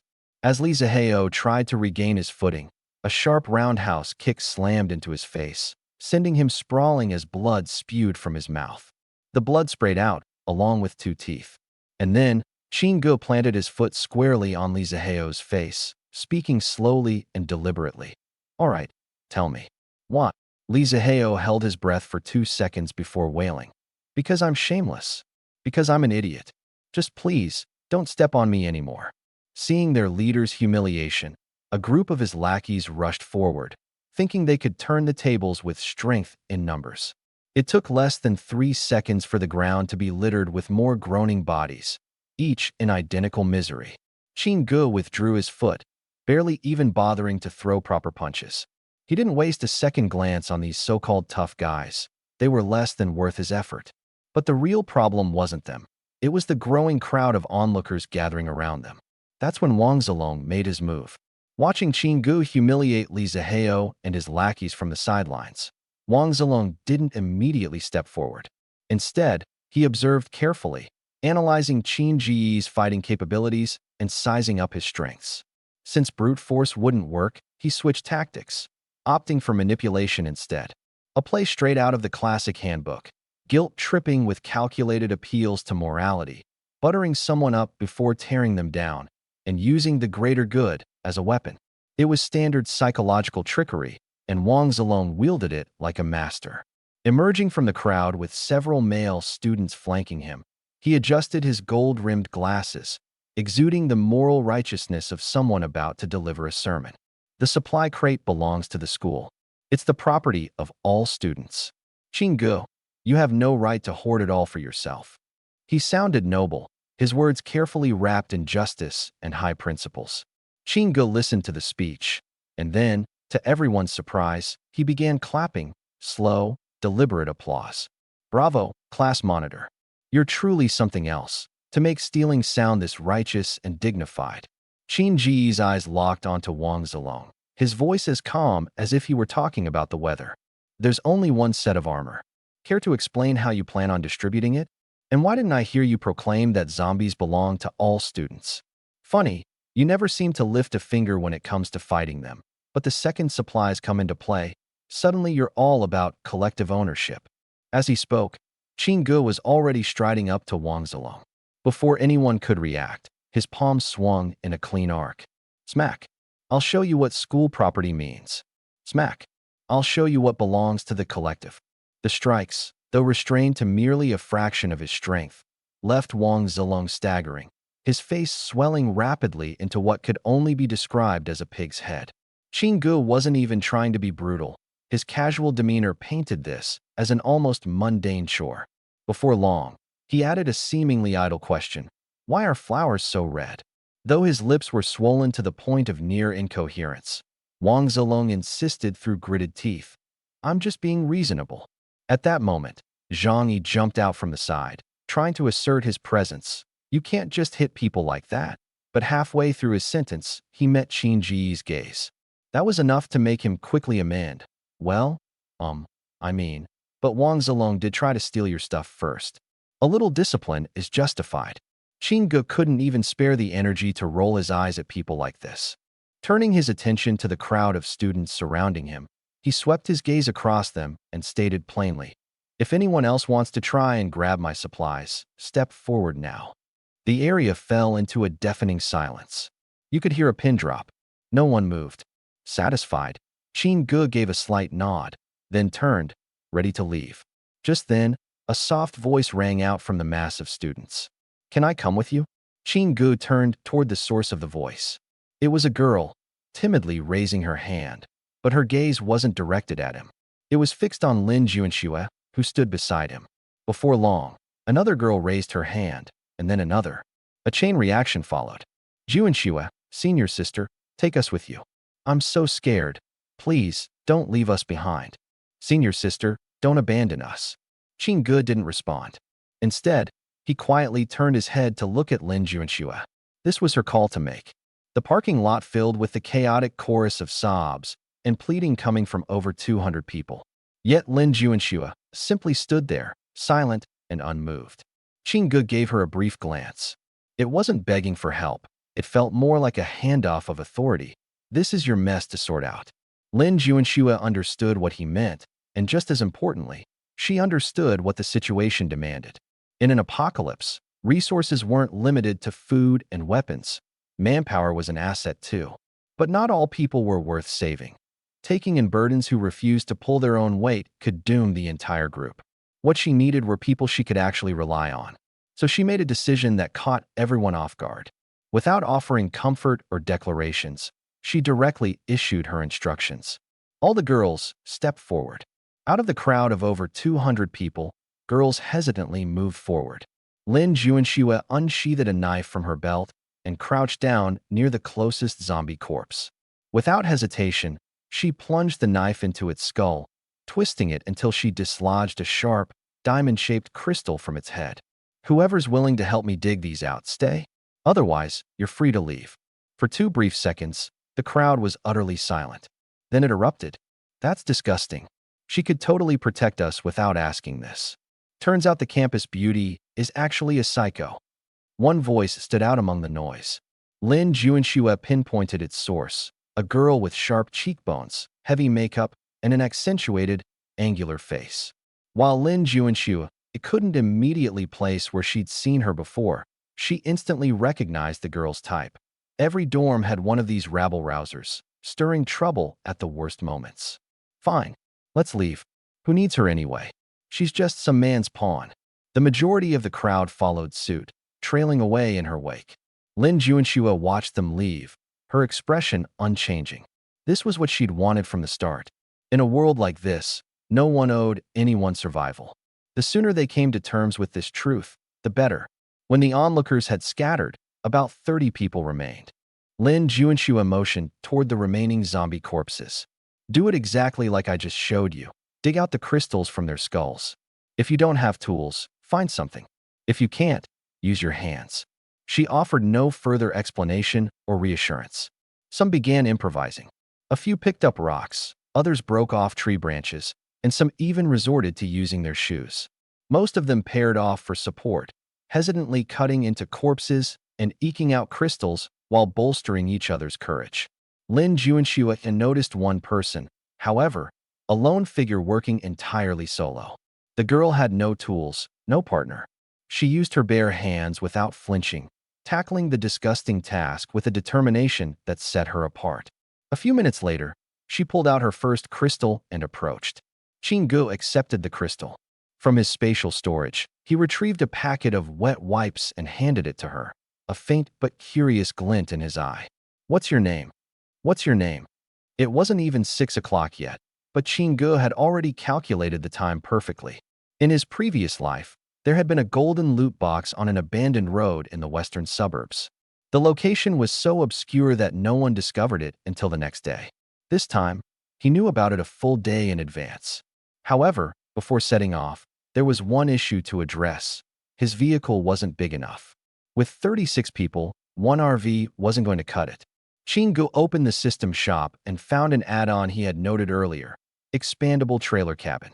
It adapted seamlessly to the main vehicle's armor, could house up to 50 people, and cost 30 basic mutant crystals. He also casually purchased a full-auto Gatling gun system. With the 193 crystals he had left, he spent decisively. The upgrade was instant. A trailer was now attached to the back of the RV. The armor and paint blended perfectly with the main vehicle, showing no sign of modification. As always, the system's efficiency did not disappoint. Meanwhile, Lin Juanxue had taken care of her task. 36 girls, divided into 6 groups, each with a leader. Qinggu was the team commander, while Lin Juanxue acted as vice commander. She didn't waste time explaining who Qinggu was or where he had come from. That wasn't important right now. What mattered was that they listened to instructions. Lin Juanxue had organized the group leaders quicker than Qinggu had anticipated. She didn't rely on favoritism or base her choices on whoever spoke up first or cried the hardest. Instead, she evaluated their previous actions, who remained composed under stress, who could still motivate those around them amidst chaos. Short-haired Wu Shengnan, an athlete, made it onto the list. So did Zhang Jingya, with her long flowing hair. Qinggu recognized these two names. In his past life, when Lin Juanxue's all-female team had established a stronghold in Jiang City, Wu Shengnan and Zhang Jingya had been her right-hand supporters. While he didn't know what abilities they had awakened in this life, he knew their potential, and this time, he was determined to ensure they rose to prominence even earlier. "Let's move out," Qinggu commanded. With the trailer cabin full of passengers, the RV roared to life, heading straight for the western suburbs under the setting sun. The abandoned road was eerily quiet, and zombie density was low. From a distance, Qinggu spotted the gleaming gold light of their target. When it was time to clear the area, Qinggu deliberately slowed down, giving Lin Juanxue space to act. Right now, what she needed wasn't protection but practice, experience gained through real danger. He stayed by her side, close enough to intervene if needed, but he refrained from shielding her. It didn't take long for her to find her rhythm. Her movements grew smoother, and the gaps between her strikes and dodges shrank. The girl who had once frozen up in the face of a zombie horde was quickly becoming someone very different. While the girls scavenged the battlefield, Qinggu approached the golden box and opened its lid. Inside were 3 items. High-tech storage ring, offering 10 cubic meters of internal space and exclusive to awakened individuals. Multi-function warhammer, green grade, with a +3 strength bonus. 10 compressed rice ball capsules, where each capsule could produce 5 fresh rice balls. The real treasure was the ring. A storage space during the early apocalypse was akin to extra survivability. Moreover, its exclusive use by awakened individuals made it far more coveted than any ordinary weapon. The warhammer was a handy addition to their combat capabilities. The rice ball capsules would handle dinner for the night. All in all, the trip to the western suburbs wasn't wasted. Yet Qinggu knew this was just the beginning. The team was still newly formed. and their overall combat strength wasn't enough to handle serious risks. In the back of his mind, he was preoccupied with a different concern, a rare, high-value opportunity with a very short window of time. And that window was approaching soon. 29 crystals. As Lin Juanxue handed over the mutant crystals, Qin Gu rubbed his eyes, thinking he must have miscounted. He recounted. Still 29. There had been only about 50 to 60 zombies in the area, and these girls had managed to extract nearly half of the crystals. A 50% drop rate. This number was almost unheard of in his previous life. After surviving countless years in the apocalypse, he'd never witnessed a hit rate like this. Was it just sheer luck because there were so many girls together? He didn't know, but the unsettling feeling in his chest only deepened, with no immediate answers in sight. As the sky darkened, Qin Gu decided not to push their luck. Zombies were more dangerous at night, and apart from himself and Lin Juanxue, the rest of the group was far from being combat ready. Leading novices into a nighttime battle on the first day of the apocalypse? That was a risk he wasn't willing to take. He pulled out tents from the supply drop, found a clean clearing, and had everyone set up camp with a campfire. Dinner was made using ingredients scavenged earlier, large pots of pork, vegetables, and seasonings cooked by two of the girls who knew how to prepare food. Picnic mats were laid out, the RV's camping lights cast a warm glow, and the aroma of food wafted through the air. Truthfully, Qin Gu didn't even need to announce mealtime. The girls' growling stomachs did that for him. Most of them had barely eaten under normal circumstances. After the apocalypse began, they'd been surviving off snacks in their dorms, with some so disciplined or paranoid that they had avoided even keeping snacks around. Today had drained them, not only physically but emotionally. After facing zombies and performing the gruesome task of extracting mutant crystals, many of them had vomited, leaving their stomachs completely empty. When the food was served, no one hesitated to dig in. Once everyone had eaten their fill, Qin Gu began explaining the reality of the apocalypse. He didn't sugarcoat things or try to comfort them. Instead, he laid out the rules and dangers clearly, where zombies originated, whether their numbers might grow, and how ordinary people could survive. As the girls listened, their expressions turned grim. But no one cried or freaked out. Deep down, they all understood that staying with Qin Gu and Lin Juanxue might have been the best decision of their lives. When the topic shifted to awakening abilities, Qin Gu casually demonstrated his by summoning a pack of ramen from thin air, then returning it, only to replace it with an apple he began munching on. Though his movements were relaxed and nonchalant, to the girls, the display was anything but ordinary. From the moment they first saw him, they had questions they dared not ask. After all, a savior could also be a terrifying force.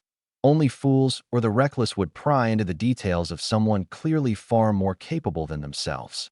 Everyone fell silent as he stepped forward to demonstrate, their eyes unmistakably gleaming with admiration.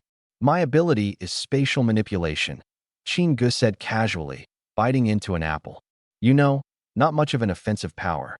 In an apocalypse, I'm basically just dead weight." Sitting next to him, Lin Juanxue's eye twitched slightly. Internally, she rolled her eyes so hard it could almost be heard. "Dead weight? Really? Sure, you may not have an offensive ability, but those hands of yours? The way you fought your way here, even pre-apocalypse elite soldiers might not stand a chance against you. Who would believe you if you said you were useless? Big fat liar." Qin Gu ignored the look Lin Juanxue gave him and continued speaking. "The ones really worth mentioning are elemental powers: gold, wood, water, fire, earth, ice, and lightning. They can actively unleash attack skills, kind of like mages in video games, devastating damage. Then there's physical enhancement, strength, speed, stamina. Pushed to the extreme, they just steamroll in close combat." As he spoke, he discreetly watched the reactions of everyone around him. None of the girls here knew what power they might awaken, or if they would awaken any power at all. When that moment came, it could mean a complete change of fate for some. For others, it might not mean much. But that was a concern for the future. For now, their priority was surviving the first night. By 10 o'clock that evening, the campfire was burning brightly. Lin Juanxue had just announced it was time to call it a night, and people were already crawling into their tents one after another. At that moment, the door of the RV creaked open. Standing on the doorway, Gu tilted his chin toward Lin Juanxue. Juanxue, come here for a moment. The way he addressed her had changed. Previously, it was always Team Leader Lin. Now it was simply Juanxue. Just 2 syllables, but it was enough. Every girl on watch instantly perked up, their ears on high alert. Lin Juanxue's expression flickered, but she said nothing, striding toward the RV. She followed Gu inside and barely had time to let go of the door handle before it clicked shut behind her, locking them in. The girls on watch exchanged wide-eyed glances in the silence. It lasted about 2 seconds. Then all hell quietly broke loose. I knew it. I knew it. I ship it so hard. Isn't our leader just amazing? Duh. Did you see that physique of his earlier today? Their whispers ran rampant, burning brighter than the fire itself as the small group huddled together, all eyes fixed on the locked RV door, practically radiating envy. Inside the RV, Gu faced Lin Juanxue, whose face was now redder than some ripe tomatoes, and frowned slightly. He wondered, is it the campfire heat that's making her face look like this? Or is she that excited about awakening her power? Any other interpretation hadn't even crossed his mind. Because tonight, the only thing on his agenda was helping her awaken her ability. 2 hours before, he had meticulously gone over the basics of the rules in this apocalyptic world. Superpowers could be divided into 3 major categories: offensive, defensive, and supportive. These abilities covered combat, defense, perception, healing, and even practical life skills like cooking, things that sounded mundane but could be critical for group survival. He'd seen far too many people in his past life die because they didn't understand these things, so he decided to lay it all out in one go. Of course, he deliberately omitted certain details: the fact that he'd been reincarnated, the mysterious system that had bound itself to him, and the true trump cards he kept close to his chest. Those secrets? Not for public knowledge. Afterward, Lin Juanxue took the stage to explain combat techniques. During the early days of the apocalypse, unawakened ordinary people weren't entirely helpless against individual zombies. They just needed courage. She made a special point of noting that women's lighter builds and lower centers of gravity could actually be an advantage in agility, so brute strength wasn't always necessary. Gu occasionally chimed in to correct minor details, but overall, her advice was right on target. The group assignments and roles had been reshuffled and clarified. A framework was now in place, even if it would need further adjustment as abilities awakened. Things were progressing steadily. As for Lin Juanxue, Gu had sized her up already. He was confident she was one of the first to potentially awaken an ability. Tonight was her moment. He gestured toward the sofa, his tone even. Lie down. Lin Juanxue hesitated for a second, then looked down, mumbling in a voice so quiet it was barely audible. I'd rather go to the bed. Is that okay? It's, my first time. Gu paused to consider that for a moment, then nodded. Fine. Bet it is. The sofa wasn't as comfortable anyway. He had no idea how long the awakening process would take, and the bed would definitely be more stable for her. Without giving it much thought, he began to strip off his red combat armor. It had been suffocating after wearing it all day, and casually tossed it aside before mentally reviewing the next steps of the process. Meanwhile, Lin Juanxue stood frozen in place. She lifted her head to look at Gu, who was fully preoccupied with his preparations. Her expression twisted into something so complicated it was as though her brain had short-circuited entirely. By the time Gu exited the RV less than 3 minutes later, the girls who'd been keeping watch were already exchanging looks. From the moment Lin Juanxue had gone inside until the moment Gu reappeared, it had been barely a blink of time. No one spoke, but the weight of their shared thought was unmistakable. That's it. This was their fearless leader, bold enough to lead them out of life-or-death situations during the day, and at night. That's all. In reality, the entire ordeal was far more ridiculous than any of them could have dreamed. When Lin Juanxue had entered the RV, the first thing Gu had said was that he needed to get some air. And then, he started taking his clothes off. To a young college woman still transitioning to the harshness of a post-apocalyptic reality, that sequence of actions could only mean one thing. Her mind raced through 3 burning questions. Aren't we supposed to talk first? Can I at least take a shower? Is he going to be really rough with me? Ji's simple response. Shower after we're done. For now, just lie down. That single sentence shattered any illusions Lin Juanxue might have clung to. Resigned to her fate, she laid back, closed her eyes, and braced herself. As long as he's good to me in the future, that's what matters, she thought. And then she waited. And waited. Nothing happened. When she finally cracked an eye open, Qin Gu was sitting at the edge of the bed holding a crystal in one hand, staring at her calmly. If she didn't know better, she'd think he was just waiting for his number to be called at a hospital. Eat this. Huh? What? Don't you want to awaken an ability? Eat this, and you'll awaken one. But you'll pass out for a while. The duration varies for everyone. In that moment, Lin Juanxue could only describe her feelings with one word: utter devastation. Without a second thought, she snatched the crystal from his hand. She didn't care if it had been dug out of a zombie's brain. Without hesitation, she tilted her head back and swallowed it whole. She wanted to black out as quickly as possible, to disconnect from this world altogether, and to erase the past 5 horrifying minutes from her memory. And just like that, she really did pass out, so fast that it caught Qin Gu off guard. What's up with this girl? But then, Qin Gu glanced down at her and immediately realized that continuing to look was definitely not a good idea. He didn't claim to be some paragon of virtue, but taking advantage of someone while they were unconscious was never his style. Pushing back his urge to stay and stare, he forced himself to stand, step out of the vehicle, and grab a bottle of water from the storage space. He took a couple of big gulps and let the cool night air help him regroup. The women standing night guard watched all of this unfold and, somehow, arrived at an entirely different conclusion. 3 minutes. Exited the vehicle. Face looking off. Did the team leader get kicked out? For a brief moment, one of the girls who had previously felt some attraction toward Qin Gu felt a sense of relief. It turned out he wasn't infallible after all.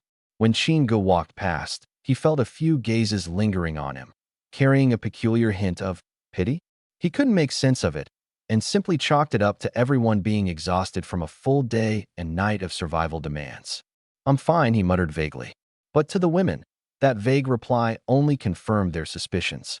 And so, in the quiet of the night, a piece of his heroic image silently crumbled. Qin Gu wasn't aware of any of this.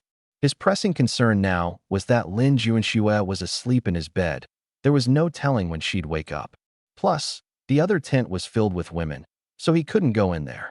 While 3 to 5 sleepless nights weren't a big deal for him, this night, at least, would have to be spent outside by the car. Once the women returned to their tents, silence finally settled over the campsite. Qin Gu leaned back against the RV, keeping watch while beginning to take stock of their first day in this apocalyptic nightmare. Warhammer, an alloy short blade, a flashlight, compressed rations, drinking water, mutant crystals. Thanks to some early looting, their supplies exceeded what he'd initially expected. But as he assessed, his mood darkened. Only 3 weapons. There were 6 group leaders in total, meaning the weapons wouldn't stretch far enough. As for protective gear, not a single piece. He couldn't very well send people to fight zombies barehanded. Even more concerning was their head count. Including himself and Lin Juanxue, their group consisted of 38 people. Qin Gu knew this was merely the beginning. In his previous life, Lin Juanxue had built an army of more than 300 women. With every new recruit, the strain on food and equipment would increase exponentially. What he had assumed would last years now seemed pitifully insufficient. As he mulled over the gaps, a specific location came to mind. The Jiang City Military Supply Depot, north suburbs. A government-run grain processing facility built a few years ago, storing hundreds of tons of grain. Better yet, it was adjacent to the city's anti-riot unit supply warehouse, where all the local police's equipment was stored. Food and weapons in one go. Qin Gu immediately confirmed the location on his map and committed the route to memory. Just as he put away his phone, the system chimed with a notification. 2 golden airdrop boxes opened within 24 hours, awarding host 2 super spins. He didn't hesitate and spun the wheel. The results were interesting. One was Truth Serum. Asterisk when injected, the recipient will spill all their secrets for 3 minutes. Effective on targets below level 1 ability users. The other was Disguise Mask. Asterisk lets the user change their appearance, voice, and body shape for up to 30 minutes once daily. Its only weakness? It was ineffective against psychic ability users. As Gu studied the two items, his mind quickly pieced together their potential. Sneak past psychic users with the mask, then use the serum to extract intel. A perfect infiltration sequence. He stored the items, retrieved a few necessities like supplies for women from the storage ring, and set aside enough to address emergencies in case they needed them. Halfway through sorting, the RV door swung open. Gu turned to see Lin Juanxue climbing out, her expression barely able to hide her excitement. Before he had the chance to speak, she dove straight into a recount of her experience during unconsciousness, feeling wrapped in flames, the initial searing pain transitioning into an overwhelming sense of comfort, and finally waking up with a new ability etched into her mind. A flame-based ability. Skill, flame weaving. She could summon up to 5 simultaneous flames, each delivering 100% damage, with a 30% incremental damage boost for every flame beyond the first. Gu processed her explanation, then paused. Not just fire-based. It was flame-based. The difference might escape anyone who hadn't lived through the apocalypse, but Gu understood it crystal clear. In his previous life, this name had eventually become synonymous with Fire Goddess, and her legend spread throughout survivor networks. Back then, he'd only caught a glimpse of her from afar and never would have guessed he'd be sharing a ride with her in this lifetime. He prompted her to test the skill. Lin Juanxue strolled casually to a zombie corpse, raised her hand, and softly murmured her command. A single flame erupted from her palm. Within seconds, not even ashes of the corpse remained. Gu discreetly opened his system panel. Lin Juanxue's stamina had dropped from 21 to 11. Encouraging her to continue, he watched as she summoned 5 flames in unison, incinerating 5 zombie bodies into dust. Her stamina dipped dangerously low, down to 1. Conclusion: no matter how many flames she conjured, each use of flame weaving drained 10 stamina points. With her current level, she could only cast it twice in a row. A third attempt would be impossible. He pointed this out to her directly. Conclusion: Lin Juanxue raised her hand and checked. It was indeed empty. She pouted slightly and muttered that it would be better if she could use her ability more frequently. Even as she said that aloud, her mind was comparing her spatial ability to Qin Ji's. His powers seemingly came with no limits, whereas hers felt like a skill that could run out at any moment. The disparity was painfully clear to her, and Gu understood it as well. But Gu said nothing. It was only the early days of the apocalypse. Their abilities had just awakened, and their stamina limits would undoubtedly grow with levels. Worries for another day. The immediate problem at hand was that the rest of the team had no abilities to speak of, nothing to even defend themselves with at all. At dawn, the convoy hit the road again. Gu handed a storage ring to Lin Juanxue, explaining how to use it as he drove. He also laid out the schedule for the day. The intended destination was sparsely populated with zombies. He wouldn't handle the zombies himself. Instead, Lin Juanxue was to lead the team in taking them down. It didn't matter how slowly they hunted, but every single individual was required to personally kill at least 3 zombies. No standing idly by. The weapons were to be shared, and everyone had to learn the techniques firsthand. Lin Juanxue had no objections. She understood even more deeply than Gu what such training meant. In this post-apocalyptic world, there was never truly a safe haven. The only way to survive was for everyone to have the capability to eliminate threats themselves. The longer they avoided training, the more lives they would lose. At 9:30 in the morning, the RV stopped at the gates of the military grain factory. From behind the iron fence, they could see that most of the zombies inside had already been attracted by the engines lumbering in their direction. The numbers were slightly higher than expected. Gu remained silent, his gaze fixed calmly on the courtyard where the zombies were slowly gathering, recalculating their numbers. To outsiders, it might seem like nothing more than a group of clumsy college girls swinging weapons, fumbling their way through the apocalypse. But Gu knew the truth, down to his core. In his previous life, this very all-girls army, ridiculed by everyone, would eventually force its way through the zombie-infested wastelands, carving out a path of survival and becoming a force so formidable that no one dared to provoke them. And all of it started here and now. Lin Juanxue didn't lead them into an all-out assault, nor did she have them hide at a distance and hack randomly. Instead, She broke a horizontal bar off the iron gate, creating a small gap just wide enough for a single zombie to pass through. She tapped on the metal fence, the loud clang drawing the attention of the zombies. They swarmed eagerly towards the sound, but the narrow gap forced them to filter through one at a time, turning a chaotic horde into an orderly queue. With only one zombie at a time, the team had time to aim, strike, and step back safely. Wu Shengnan went first. She hefted a war hammer, dispatching 3 zombies with 3 clean swings, leaving the others astonished and drawing sharp intakes of breath. Zhang Jingya followed, visibly fighting her gag reflex, yet her blade struck true. A single slash to the skull, a quick withdrawal, and another swift thrust beneath the jaw. Lin Juanxue complimented her efficient movements. One by one, the team members stepped forward, none turning back. Qingge stopped paying attention to the training and slipped into the factory. He trusted Lin Juanxue to keep the group under control, plus he had secretly activated the Gatling defense system as additional backup. With that in place, nothing catastrophic would happen. Meanwhile, his priority was practical. He couldn't leave without securing the resources inside. Making his way deeper into the factory, he killed zombies as he went and gathered anything useful. 19 zombies later, he'd finished looting every supply crate he could find. Unfortunately, they were all bronze grade, not even a hint of silver. But aggravatingly worse, of all those zombies, he only found a single mutation crystal. 1. Qin Gum mentally counted again to make sure he wasn't mistaken. When he confirmed it, his face darkened. Thankfully, the supplies didn't disappoint him.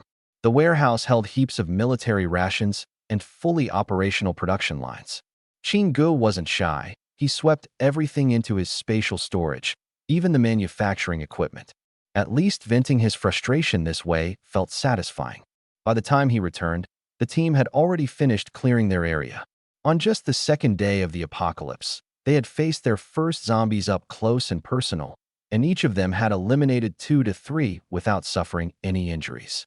After delivering her report, Lin Juanxue handed over a collection of 43 mutation crystals they'd gathered. Seeing the sizable pile, Qin Ji's sour mood eased slightly. 43 versus 1. He glanced at the solitary crystal in his pocket, then back at the victorious group of women. All right, fine. He'd let it slide for now. Still, something unexpected happened after Wu Xingnan's 3 decisive hammer strikes. The warehouse's main door had been forced open. Qingge stopped at the entrance, surveying the scattered zombie corpses lying inside. Black uniforms torn and slashed, their bodies covered in cuts, yet their heads unbroken. Not a single mutation crystal had been extracted.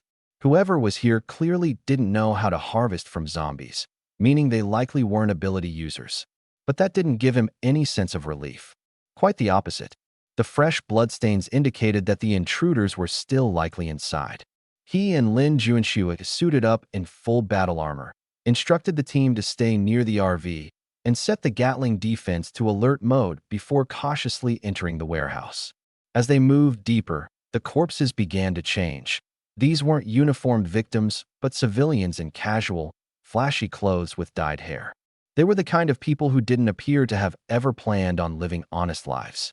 The blood still oozed from their wounds. They hadn't been dead for long. Bloody footprints trailed into the warehouse depths, suggesting at least 5 or 6 survivors. Lin Juanxue shot Qin Gu a meaningful glance. They both slowed their steps, approaching a closed door near the farthest corner. Voices came through first. Damn it, just a shotgun? I thought we'd find better loot. Hey, check this out. Is that a sniper rifle? Holy crap, no way. We're taking that back for sure. Peeking through the crack in the door, Qin Gu saw 4 men with brightly dyed hair hunched over a table, fiddling with what appeared to be a police sniper rifle. The table also held a shotgun and a few scattered bullets. But what caught his attention most was the girl in the corner. Her hands were tied, her mouth gagged, and she was sobbing softly, her cries stifled by the cloth. One of the men, the green-haired one they called Old 3, impatiently, he swung his hand, slapping her hard before yanking her off the ground.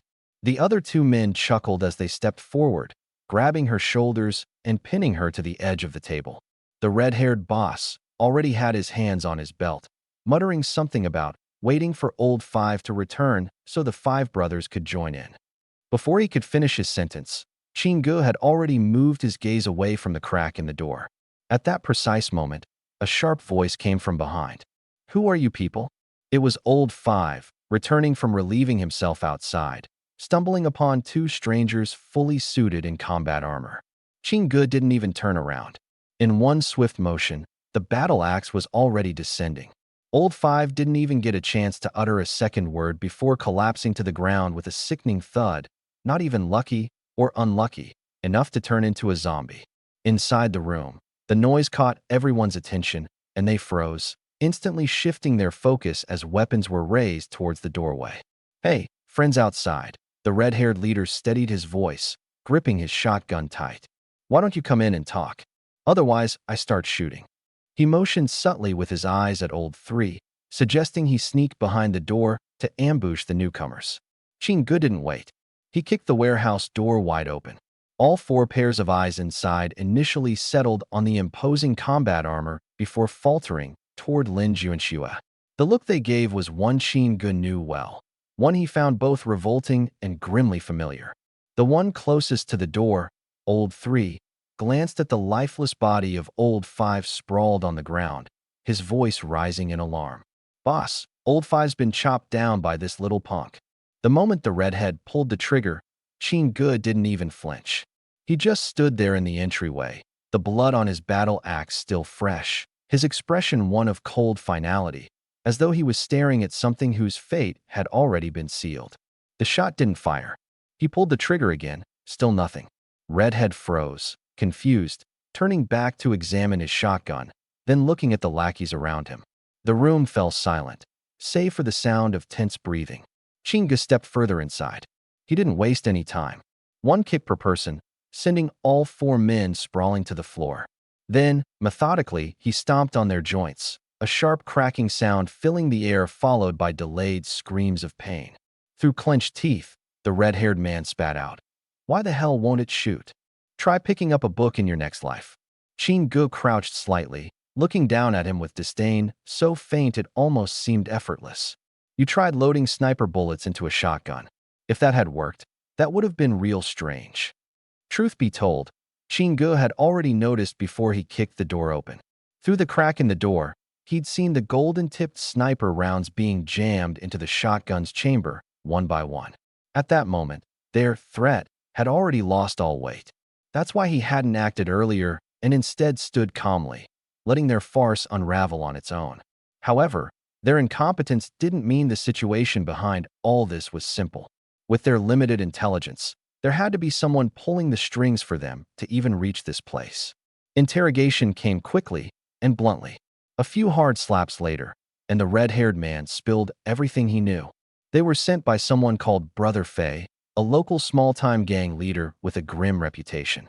Even before the apocalypse, he'd been running a complete kidnapping operation, targeting lone female college students, abducting, imprisoning, and selling them without hesitation. After the apocalypse hit, Brother Fei's men were not only scavenging supplies, but also continuing to replenish their stock. The girl tied up in the room right now was just one of many. They had multiple captives locked up at a hideout. And this was only the second day of the apocalypse. The second day, and an operation like this was already in full swing.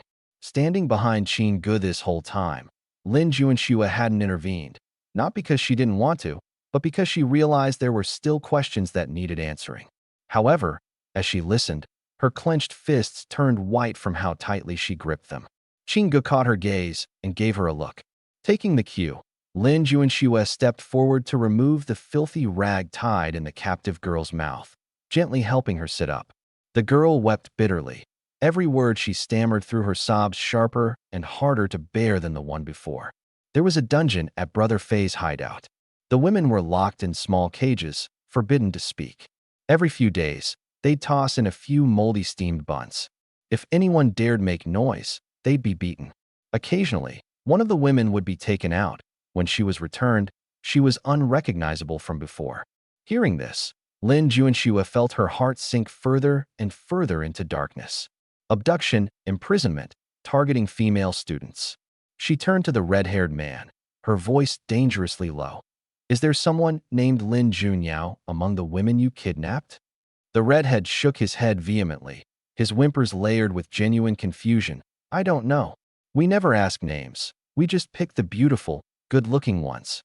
Lin Junshue's boot came down sharply on his joint, ensuring he wasn't lying.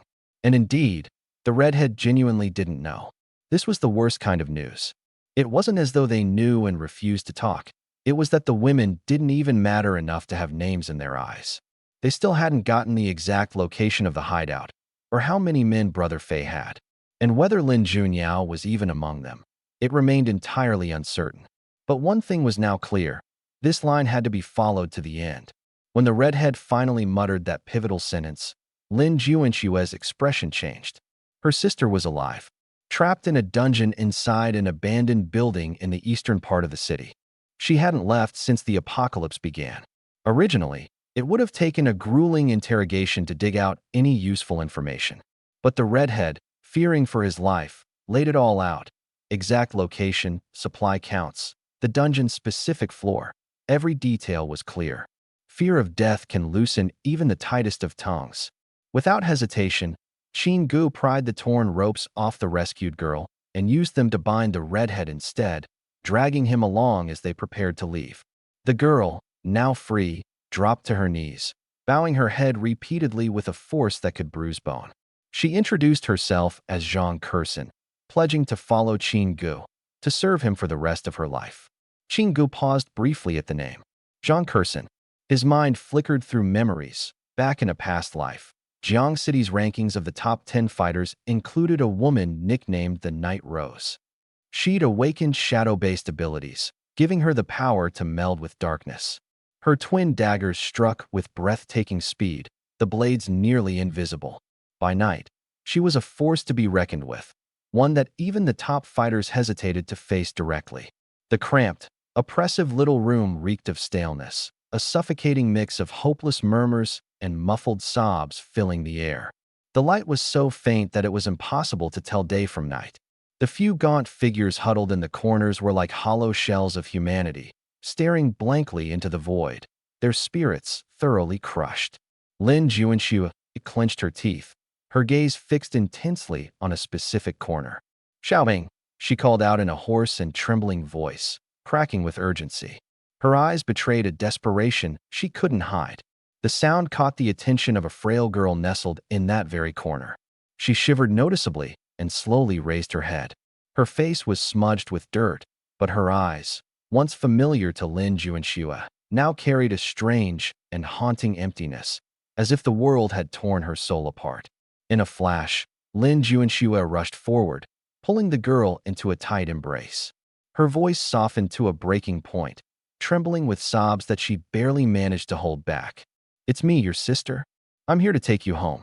Everything's going to be okay now. Don't be afraid. Outside the room, Qin Gu stood silently, watching from a distance. He hadn't stepped inside. Instead, he observed with an inscrutable expression, his face eerily calm. He looked like a man waiting for a storm to break, one he fully expected and accepted. Beside him, Zhang Kursin couldn't stop her hands from trembling. Her palms were drenched with cold sweat as she kept her gaze firmly down on her shoes, unwilling or unable to face the scene unfolding inside. Her stomach twisted, not just from the tension, but also from old memories she wished she could bury and forget. Qin Gu. Lin Junshue's voice called out again, this time sounding freer, as if a weight had lifted. She emerged from the room, staggering but clutching the frail girl's hand as though her very life depended on it. Qin Gu scanned the doorway behind her, looking for any other survivors. His eyes narrowed when he confirmed the absence of anyone else.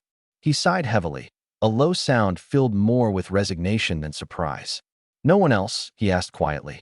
Lin Junshue's lips trembled just slightly, but she didn't answer. The girl, Xiaobing, shivered uncontrollably as she clung to Lin Junshue's coat, small and fragile, like a scrap of paper quivering in a strong wind. Let's move, Qin Gu finally said flatly, his voice stripped of emotion. Without further comment, he turned and walked down the stairs. His steps were deliberate and unyielding, offering no time for hesitation. Lin Junshu followed closely, keeping Xiaobing anchored to her side. Behind them, Zhang Kursin opened her mouth as though to say something, but faltered, and remained silent. She fell in line with slow, heavy steps. As the group descended from the roof, they came across Defei, still sprawled on the ground near the wall. Unlike the others, his massive frame made him seem imposing even in his weakened state. Blood seeped through the fingers he pressed against his deep wounds, and his breaths were labored. But even in agony, he managed a mocking sneer. "How far do you all think you can run?" Defei rasped, lifting his head with great effort. His voice was hoarse, soaked in venom. "In a world like this, who's really clean, huh? Just wait. Sooner or later, the score you think you've settled with me will come back to haunt you."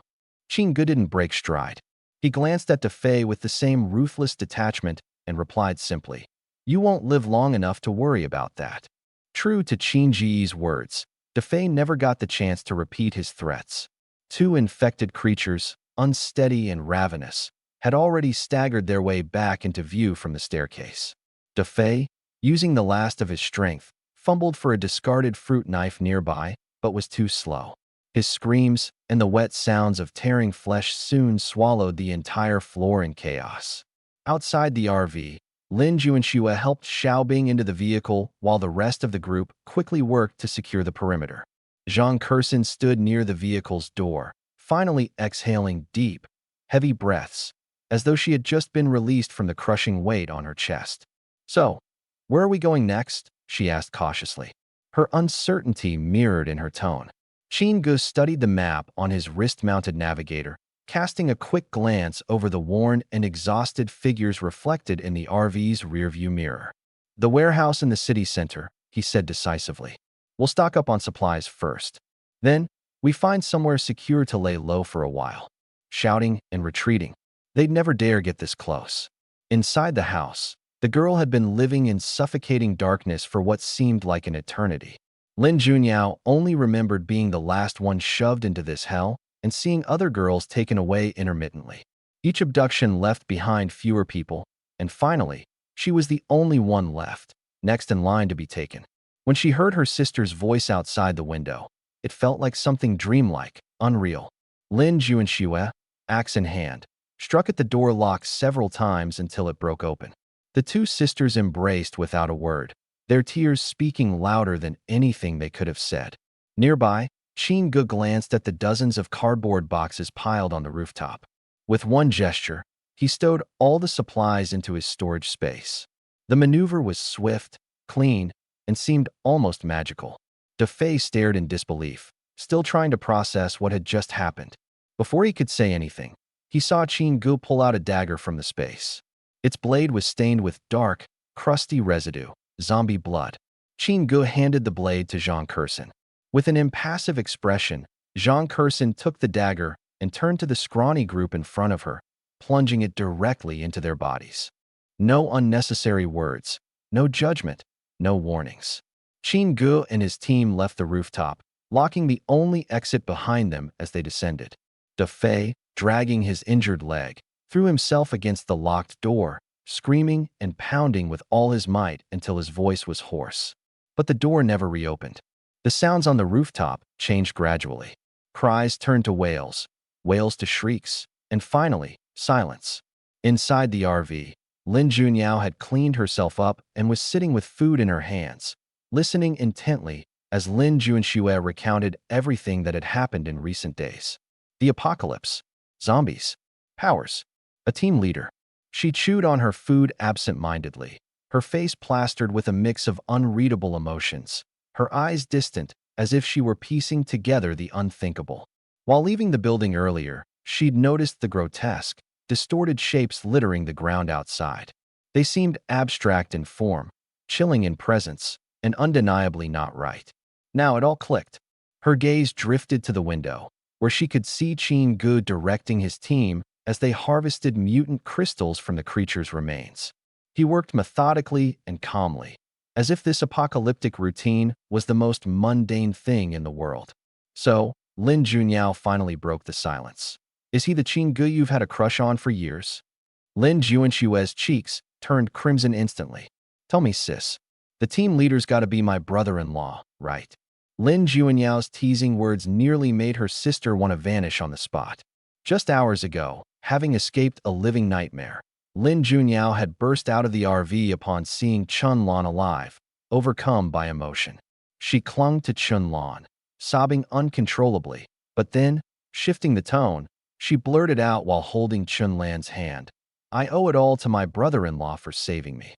The sudden statement stunned everyone into a frozen silence. All at once, the other women around stopped whatever they were doing, their ears perking up like antennas. Chingu, momentarily dumbfounded at the label brother-in-law, looked over at the commotion. Meanwhile, Lin Junyao unabashedly turned to him with a straight face. She stood firm, speaking with sincerity. "So, you're my brother-in-law, huh? Thanks for saving the day. Take good care of my sister, all right?"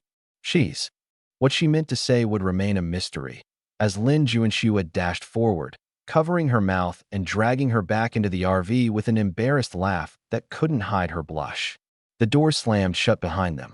As for the women outside, the moment the door sealed, the speculation exploded. "I knew it all along," someone whispered. "No way, it doesn't add up. If they're together, why keep it under wraps?" Another countered. Then a sly voice added in an undertone. "Word is, Senior Lin Junshu thinks the team leader isn't good enough in certain areas." "Certain areas?" came the scandalized question. "Yeah, those areas." "What? Details. Spill it. Elaborate, come on." Chingu, seated by the campfire with his usual composed demeanor, ignored the gossip buzzing around him as if it didn't exist. After dinner, he began planning for the next day. Their current position was at the edge of the city's eastern district. 12 or 13 kilometers inward lay Jiangqing's largest shopping mall. The denser the area, the higher the population, and by extension, the swarms of zombies they expected to encounter. Driving directly in wasn't an option. One wrong move, and they'd find themselves trapped in and unable to even open the car doors. The strategy would involve a gradual, pedestrian advance, clearing paths as they went. They'd comb through smaller shops along the way for resources. While single shops might not yield much, every little bit added up, and in the apocalypse, no resource was insignificant. As for the RV, he'd located a module in the mall's system catalog that afternoon. A smart adaptive tracking module. Costing 100 mutant crystals, it could be installed on S-Class or higher RVs. This would allow it to autonomously follow a preset target without requiring a dedicated driver or causing concern about the RV being stuck in one location. The golden loot crates from the initial apocalypse drops were already off the table. He'd collected 2 out of the original 5, and the whereabouts of the other 3 were unknown. No use dwelling on that now. The focus going forward would shift to silver and bronze crates, which were adequate for their current needs. Weapons and gear had also been organized earlier in the day. Among their haul from the Riot Squad cache was black tactical armor, made with triple layers of Kevlar. It was lightweight and resistant to tearing, offering significant protection. Everyone was provided a set. The girls initially complained about the armor's lack of aesthetic appeal, but in a post-apocalyptic world, having protective gear was a privilege far outweighing trivial concerns like color. And besides, Lin Junshu's black battlesuit had already set the standard. No one argued further after that. Weapons, however, remained an issue. Today's supplies would suffice to arm Lin Junyao, Zhang Kurson, and 6 other team members, but the quantity was far from satisfactory. This gap needed to be resolved before entering the mall tomorrow. The disturbance in the night came without warning. While the 8 occupants of the RV were in a deep state of unconsciousness, absorbing the mutant crystals in their bodies to awaken their abilities, the night watch outside suddenly knocked on the door, loud and frantic. There, hovering just outside, was a drone. Its rotors whirred so close that they could almost be touched. When Chingu stepped out to check, one of the women had already raised her shotgun, waiting for his signal to fire. He raised his hand, signaling her to lower the weapon. The silence of the night couldn't afford to be disturbed by gunshots, not when zombies would swarm from several blocks away at the sound. But this drone, it wasn't ordinary. Chingu had seen similar tech in his previous life, but in most cases, operators would maintain their distance, using them to quietly scout resources or assess areas with fewer zombies. Finding other survivors usually resulted in only one reaction: stay under the radar, avoid trouble. But this? Strutting up boldly and stopping just inches from his face. This was a first. Whoever was behind it clearly had bad intentions. He didn't let a hint of unease show toward the drone's camera. Instead, he casually waved and called out, "Hey, can you hear me, buddy?" All the while muttering instructions under his breath to Lin Juanxue behind him. Circle around to its rear. When I keep it distracted, use your flame technique to take it down. Lin Juanxue quickly judged the distance and nodded. It should work, as long as it stays put. Qin Ge kept up his act in front of the camera, pretending to be clueless, while Lin Juanxue stealthily moved into position. Moments later, a blazing streak of fire shot from behind the drone, cutting the feed instantly. In an abandoned factory, a man with tattoos stared blankly at the now-black screen in his hand. Before he could react, an older man behind him, referred to as Brother Kai, smacked him upside the head. The slap wasn't out of concern for the drone, it was frustration. The guy had flown too close, almost exposing them along with the drone. The tattooed man fished a backup unit from his bag, barely evading another hit. "Keep your distance this time, and just observe," Brother Kai ordered sharply. "No more screw-ups." Brother Kai refocused on the screen as the new feed came through. RV, Gear, the group. One man, surrounded by several women. The corner of Kai's mouth curled into a sly grin. One guy leading so many? He's either an idiot or completely useless. His meaning was clear. Once dawn broke, they'd take care of the man, seize the RV, the supplies, and the people. The tattooed man chuckled nervously in agreement. Kai ignored him, his sharp eyes glued to the screen, sizing up the RV parked on the city's eastern edge. Though darkness still cloaked the area, the countdown to dawn was already ticking. Back at the RV, Kai and his lackey were still plotting. The news of the downed drone had barely reached them when the two had huddled up, whispering and scheming. Kai grinned, his expression bordering on sinister as he patted his shiny bald head. "Got it. Here's what we'll do." Whatever he was planning was out of earshot, but the look on his face said it all. They weren't giving up. Meanwhile, Qin Ge sat on the RV's edge, seemingly idle, but his attention was focused elsewhere, inside his system's digital marketplace. The drone had reminded him of something critical.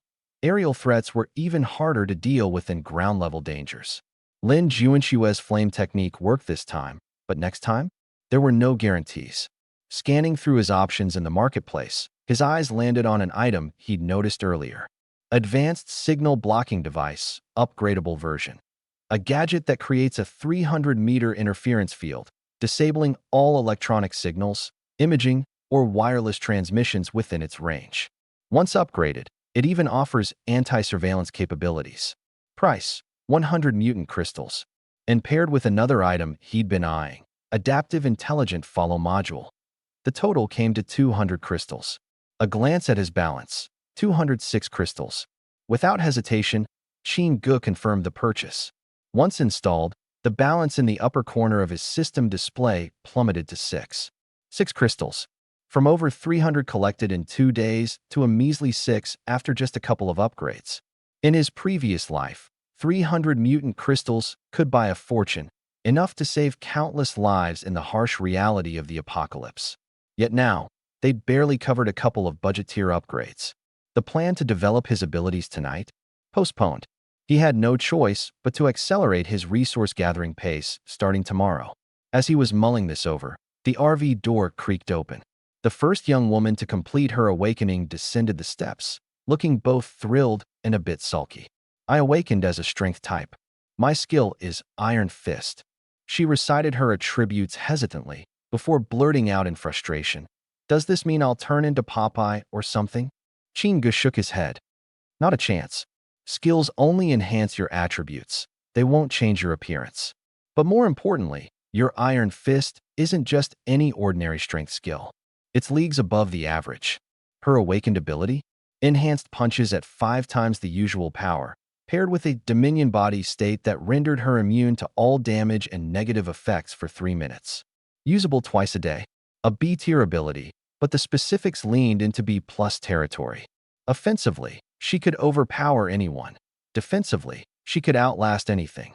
Those 6 minutes of invulnerability could tip the balance in life-or-death situations.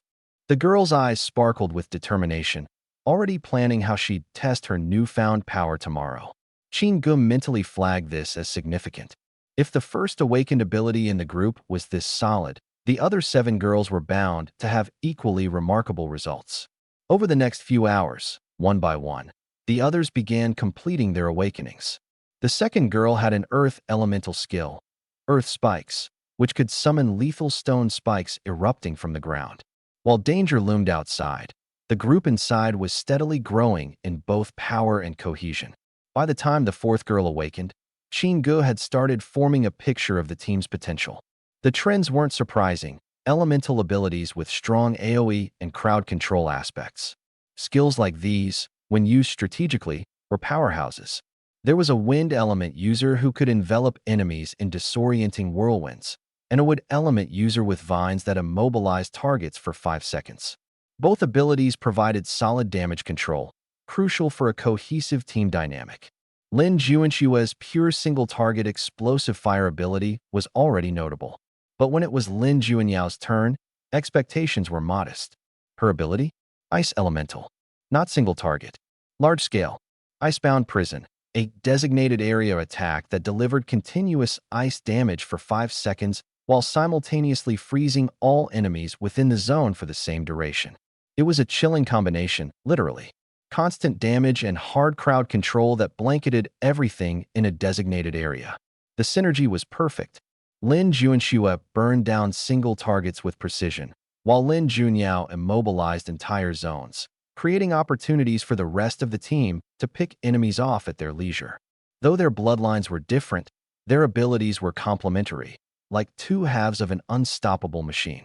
Qin quickly plotted their positions in his mind, preparing to. Qin Ji's prediction was interrupted by Wu Shengnan. Wu Shengnan was a large-framed woman with a fierce personality.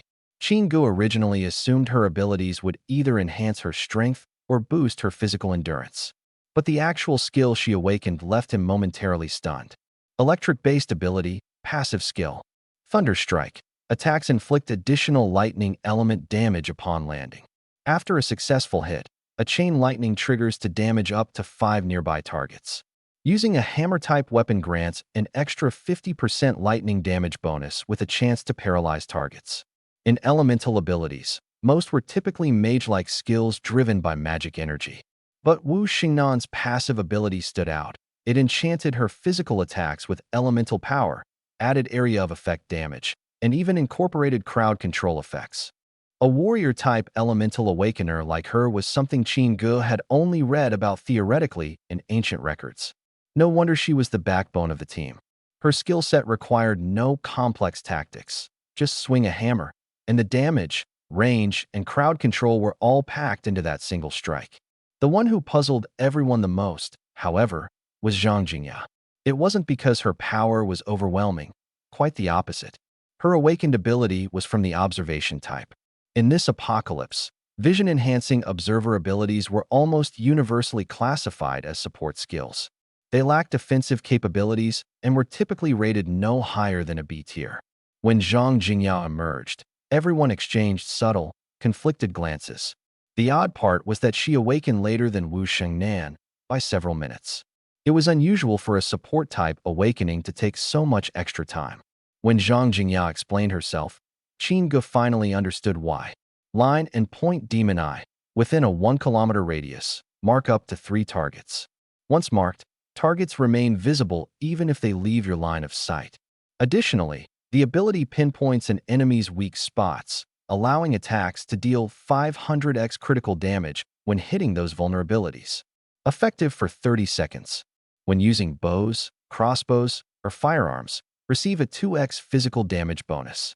Qin reevaluated her with fresh eyes. Support type? Marking targets, exposing weaknesses, triggering a 500x critical damage multiplier, and a 2x ranged weapon bonus.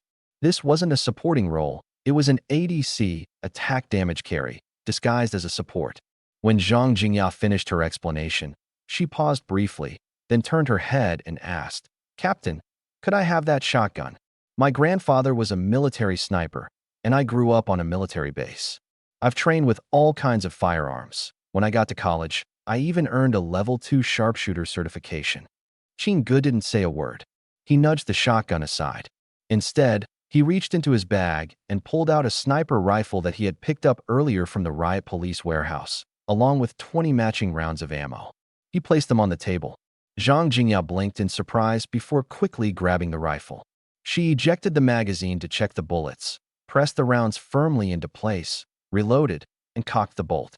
With a metallic click, a magnum round was chambered effortlessly. An AWP police variant, effective range up to 1,200 meters. Its 1-kilometer locking range with Zhang Jingya's Demon Eye skill made it practically a custom fit. 20 rounds equaled 20 shots of 500x damage, amplified with 2x ranged weapon bonuses. Qin Gu was already calculating in his mind. The system store seemed to have a Barrett sniper rifle in stock. Once enough mutant crystals were collected, this equipment slot could still be upgraded. For now, the team wasn't yet complete. Zhang Kursin, the 8th member, had yet to fully awaken, her process taking the longest of all. Before dawn broke, a drone arrived. It was the same model with the same loudspeaker. The blaring, grating tune of the dinosaurs resist the wolves blasted from above, and a dense horde of over 100 zombies came flooding in from the direction of the noise. Someone was tracking them.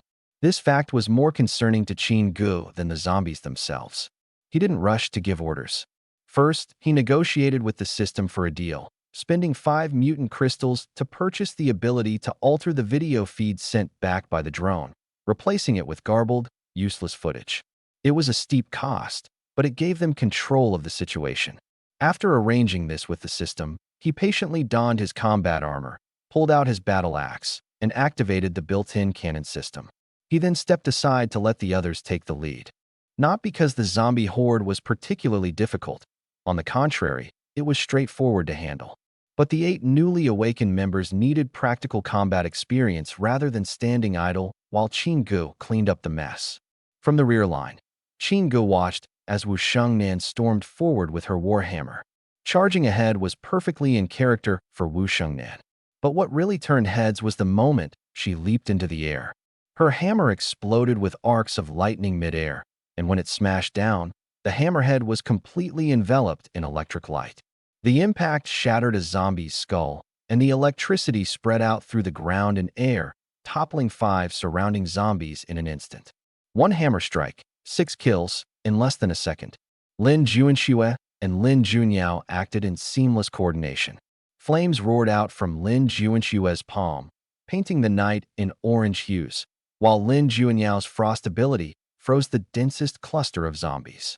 The ice burst apart with a crisp crackling sound, leaving nothing but frozen shards on the ground. Zhang Kursin had the quietest fighting style, but she also caught Qin Ji's attention the most. Emerging from the shadows, she struck 3 times, 3 blades, 3 heads, then vanished. The next second, she reappeared on the opposite end of the battlefield, repeating the same maneuver. Her shadow-based power allowed her to blend seamlessly with the darkness. For her, the night wasn't an obstacle, it was a shield. Although the skill was still raw and her movements unpolished, the potential was evident. She weaved through the zombies like a specter, silent, precise, uninterrupted. In less than 10 minutes, the battlefield was cleared. The unawakened girls worked on cleanup and finishing off stragglers, maintaining composure the entire time. But when the fight ended, almost instinctively, everyone's gaze turned toward Wu Shengnan. She had fought her way through the entire zombie horde, her hammer still glowing with residual heat from the lightning. Standing there, fresh from battle, she looked like a war goddess come to life. The warlord arrives. Qin Gu was well aware that their team had just begun to find its rhythm, while whoever was operating the drone had been keenly observing them again and again. What was the other side waiting for? Or what were they looking for? That question loomed large, and the faulty footage from the crystals they'd bought wouldn't keep them in the dark for much longer. At the crack of dawn, Brother Kai and the tattooed man finally made their move. The two approached with an air of swagger, heads held high, gait casual, like they were walking in to claim an inheritance. The drone footage of a fallen Qin Gu had amused them all of last night.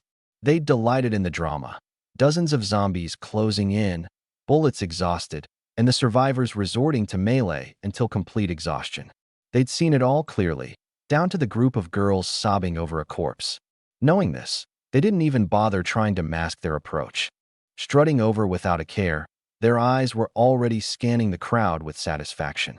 Their arrogance didn't last long.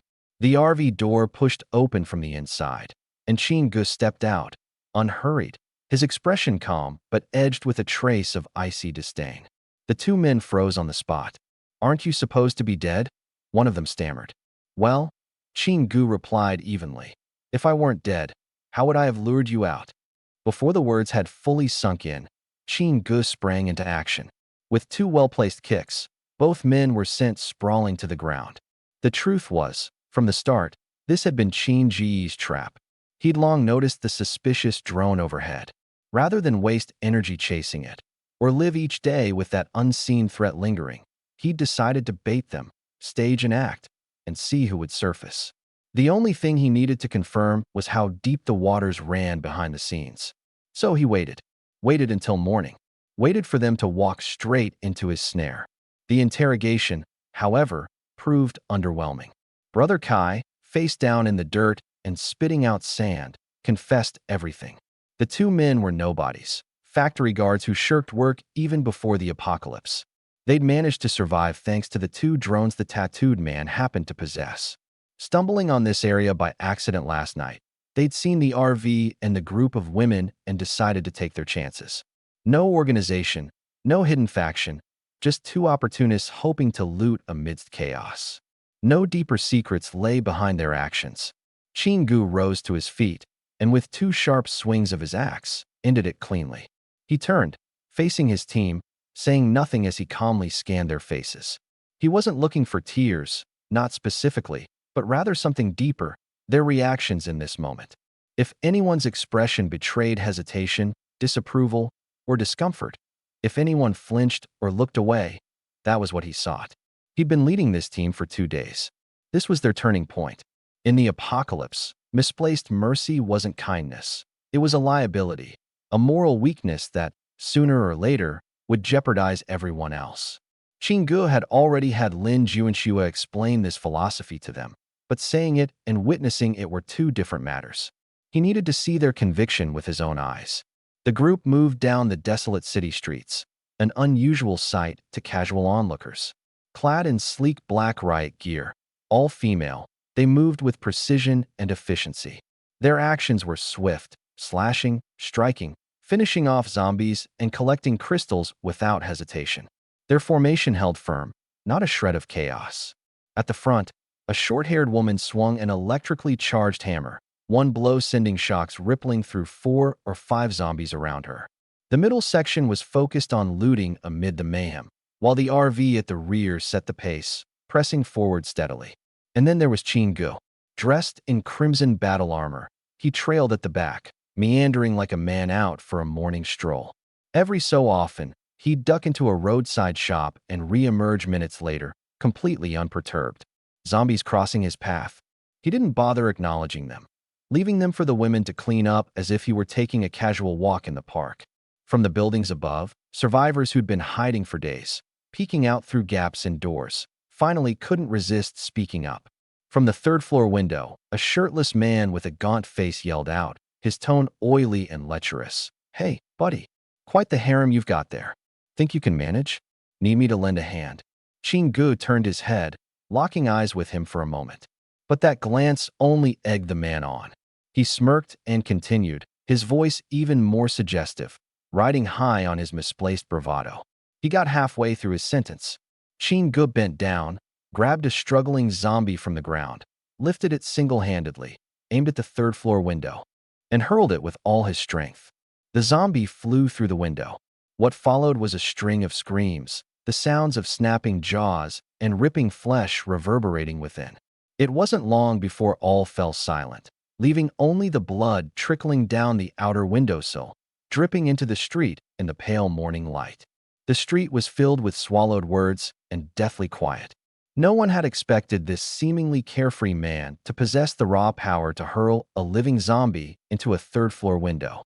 Nor did anyone particularly care what went through the zombie's mind in its final moments, if it ever understood how it ended up airborne and dying against all odds.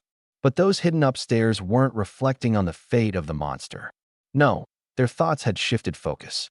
They turned to inspect the group below, the women in riot gear, and recalibrated their assumptions. Young, small-framed, regardless of their well-equipped appearance, perhaps it all came down to sheer luck in scavenging supplies. After all, these people had moved through the city without any real altercations, far too kind-hearted to survive long-term.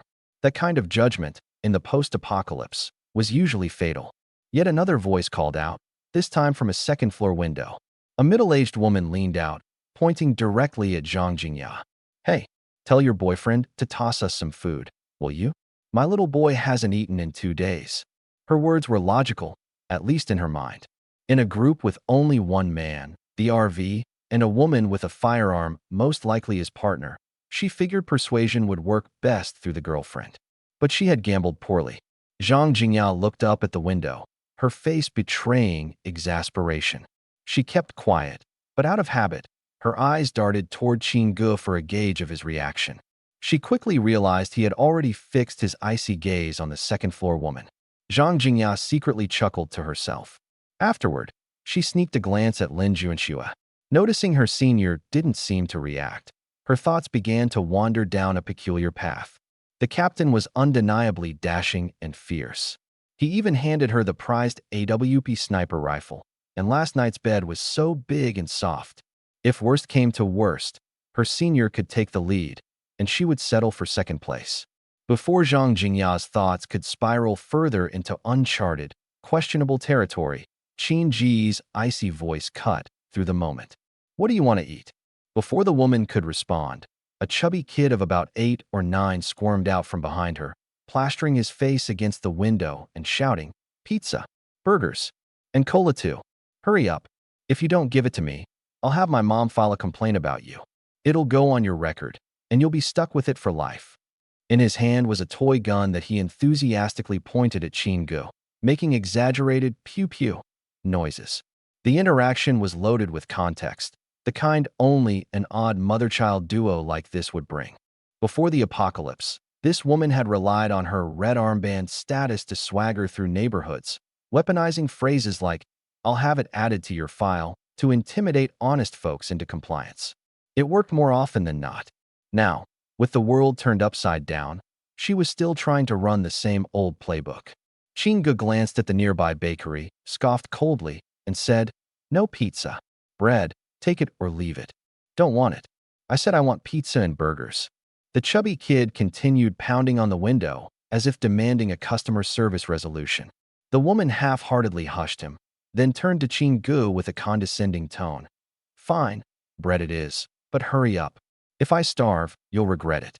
Qin Ge stepped up to the bakery window, took an axe to the glass, and fished out a 2-day-old loaf of bread with mold creeping around the edges.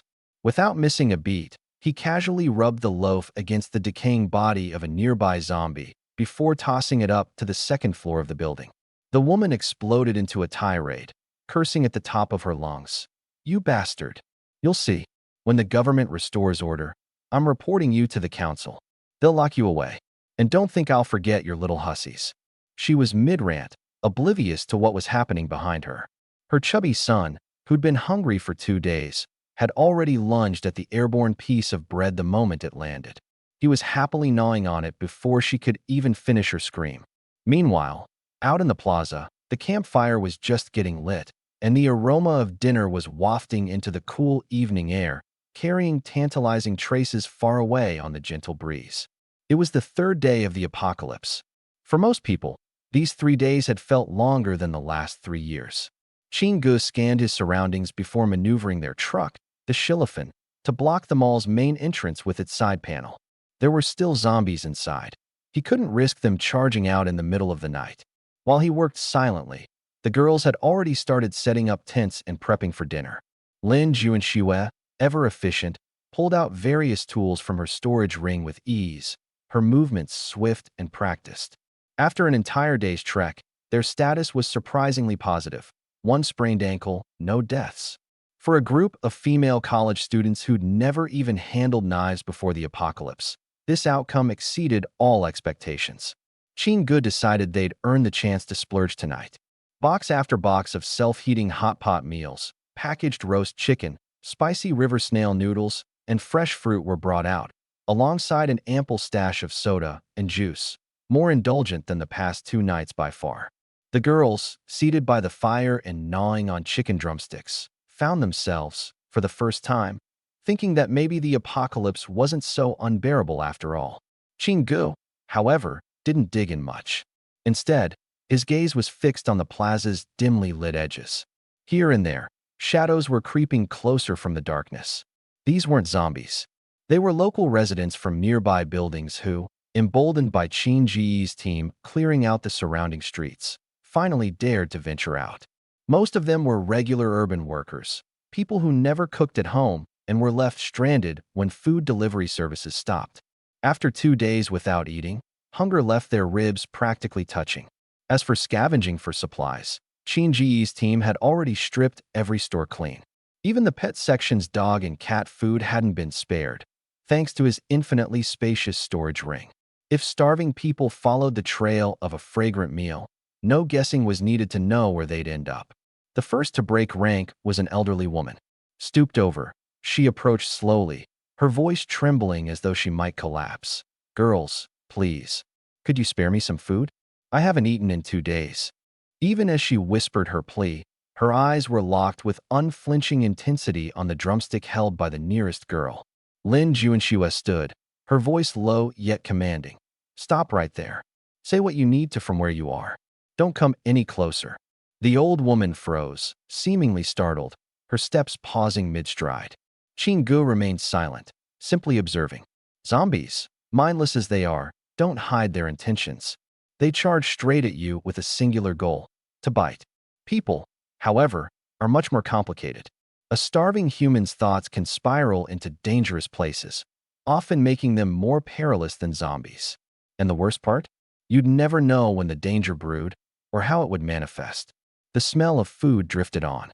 Firelight flickered over tense faces, casting long, shifting shadows. More figures began gathering from the dark fringes, drawn by instinct and desperation. But the old woman standing at the forefront had never intended to plead honestly. Her movements were deliberate and steady, though her sobs were convincingly frail. She muttered about her son being bitten to death by her daughter-in-law, about starving for days, even squeezing out a few miserable tears. Yet her hands, tightly clasped behind her back, betrayed her. Lin Juanxue, and noticed immediately, a heavy cloth bag dangled there, suspiciously weighted and swaying slightly. A faint outline left no doubt. There was a kitchen knife inside. Women like her were common in the apocalypse. They were more dangerous than zombies. After all, zombies don't talk, act, or specifically target the seemingly weak prey. Unfortunately for her, tonight wasn't her lucky night. The bag slipped. The knife clattered loudly to the ground. Having been exposed, she saw no point in continuing her charade. The old woman snatched up the knife and dashed toward the nearest girl, Jean Curson. She must have thought the young girl looked like an easy victim. But before she could get any closer, she felt a strange blur of motion. A figure flashed before her. Suddenly, her neck felt cold. Before the blood could start to pour, the old woman heard the young girl's calm voice. "Take a deep breath. Feeling dizzy is normal." Those were the last words she ever heard. Everyone else in the plaza froze. No one dared take another step forward. Jean Curson stood where she was. She idly twirled the knife in her hand, her face devoid of any visible emotion, as though what had just happened was nothing out of the ordinary. For her, it probably wasn't. It was an ordinary situation, so typical that it almost felt absurd. Finally, everyone figured out what kind of girls the group in front of them were. Not the type to be trifled with, not some soft targets you could test without consequences. These girls had the kind of presence that made you stop and take a deep, uneasy breath. Those who had the sense to run made their retreat immediately. The ones who stayed behind split into two groups. One group stood at a distance, spectating as though this was some sort of twisted street theater. The other group chose a more desperate route. They dropped to their knees, formed a single line on the plaza, and started bowing their heads repeatedly in silent pleading. No words, just the rhythmic sound of foreheads hitting the ground. They were starving and terrified, a grim, last-ditch effort born of desperation. Lin Juanxue felt stuck. They couldn't just start a brawl, nor could they shoo the people away. And killing someone just because they begged for food? That was a line she couldn't cross. She glanced at Chingu, her silent ask for direction clear even without words. Chingu stepped out of the RV, walked up to the kneeling line of people, and stopped in front of them. His gaze lingered on their bowed heads for a moment before he spoke. Stop with the kowtowing. You could batter your heads bloody, and I still won't give you anything. But, he added, holding up a finger, I'm willing to trade. He reached into a storage compartment and pulled out a single pack of instant noodles, then pointed toward the steps where the mangled remains of zombies lay scattered. 3 intact zombie heads. That's what it takes for 1 pack of noodles. Bring me more, and you can get better things in return. But remember, it has to be intact. No split open heads will be accepted. With that, he turned and went back to the RV. As he climbed the steps, he threw out one final remark. Let them keep kneeling if they want. But if a zombie happens to show up, no one is to intervene. If they die, they die. That was the final straw for the desperate ones kneeling on the ground. They realized they weren't going to get anything and began to slink away, heads hung low. The onlookers whispered amongst themselves for a minute or two before they, too, dispersed. The plaza sank back into uneasy, tense silence. Chingu reclined inside the RV, running through an inventory of today's gains. Combined with what he'd scavenged from the supply drop crate earlier, they now had exactly 219 mutated crystals. Weapon-wise, they'd found a few alloy knives and daggers, green grade, which were significantly more durable than ordinary materials.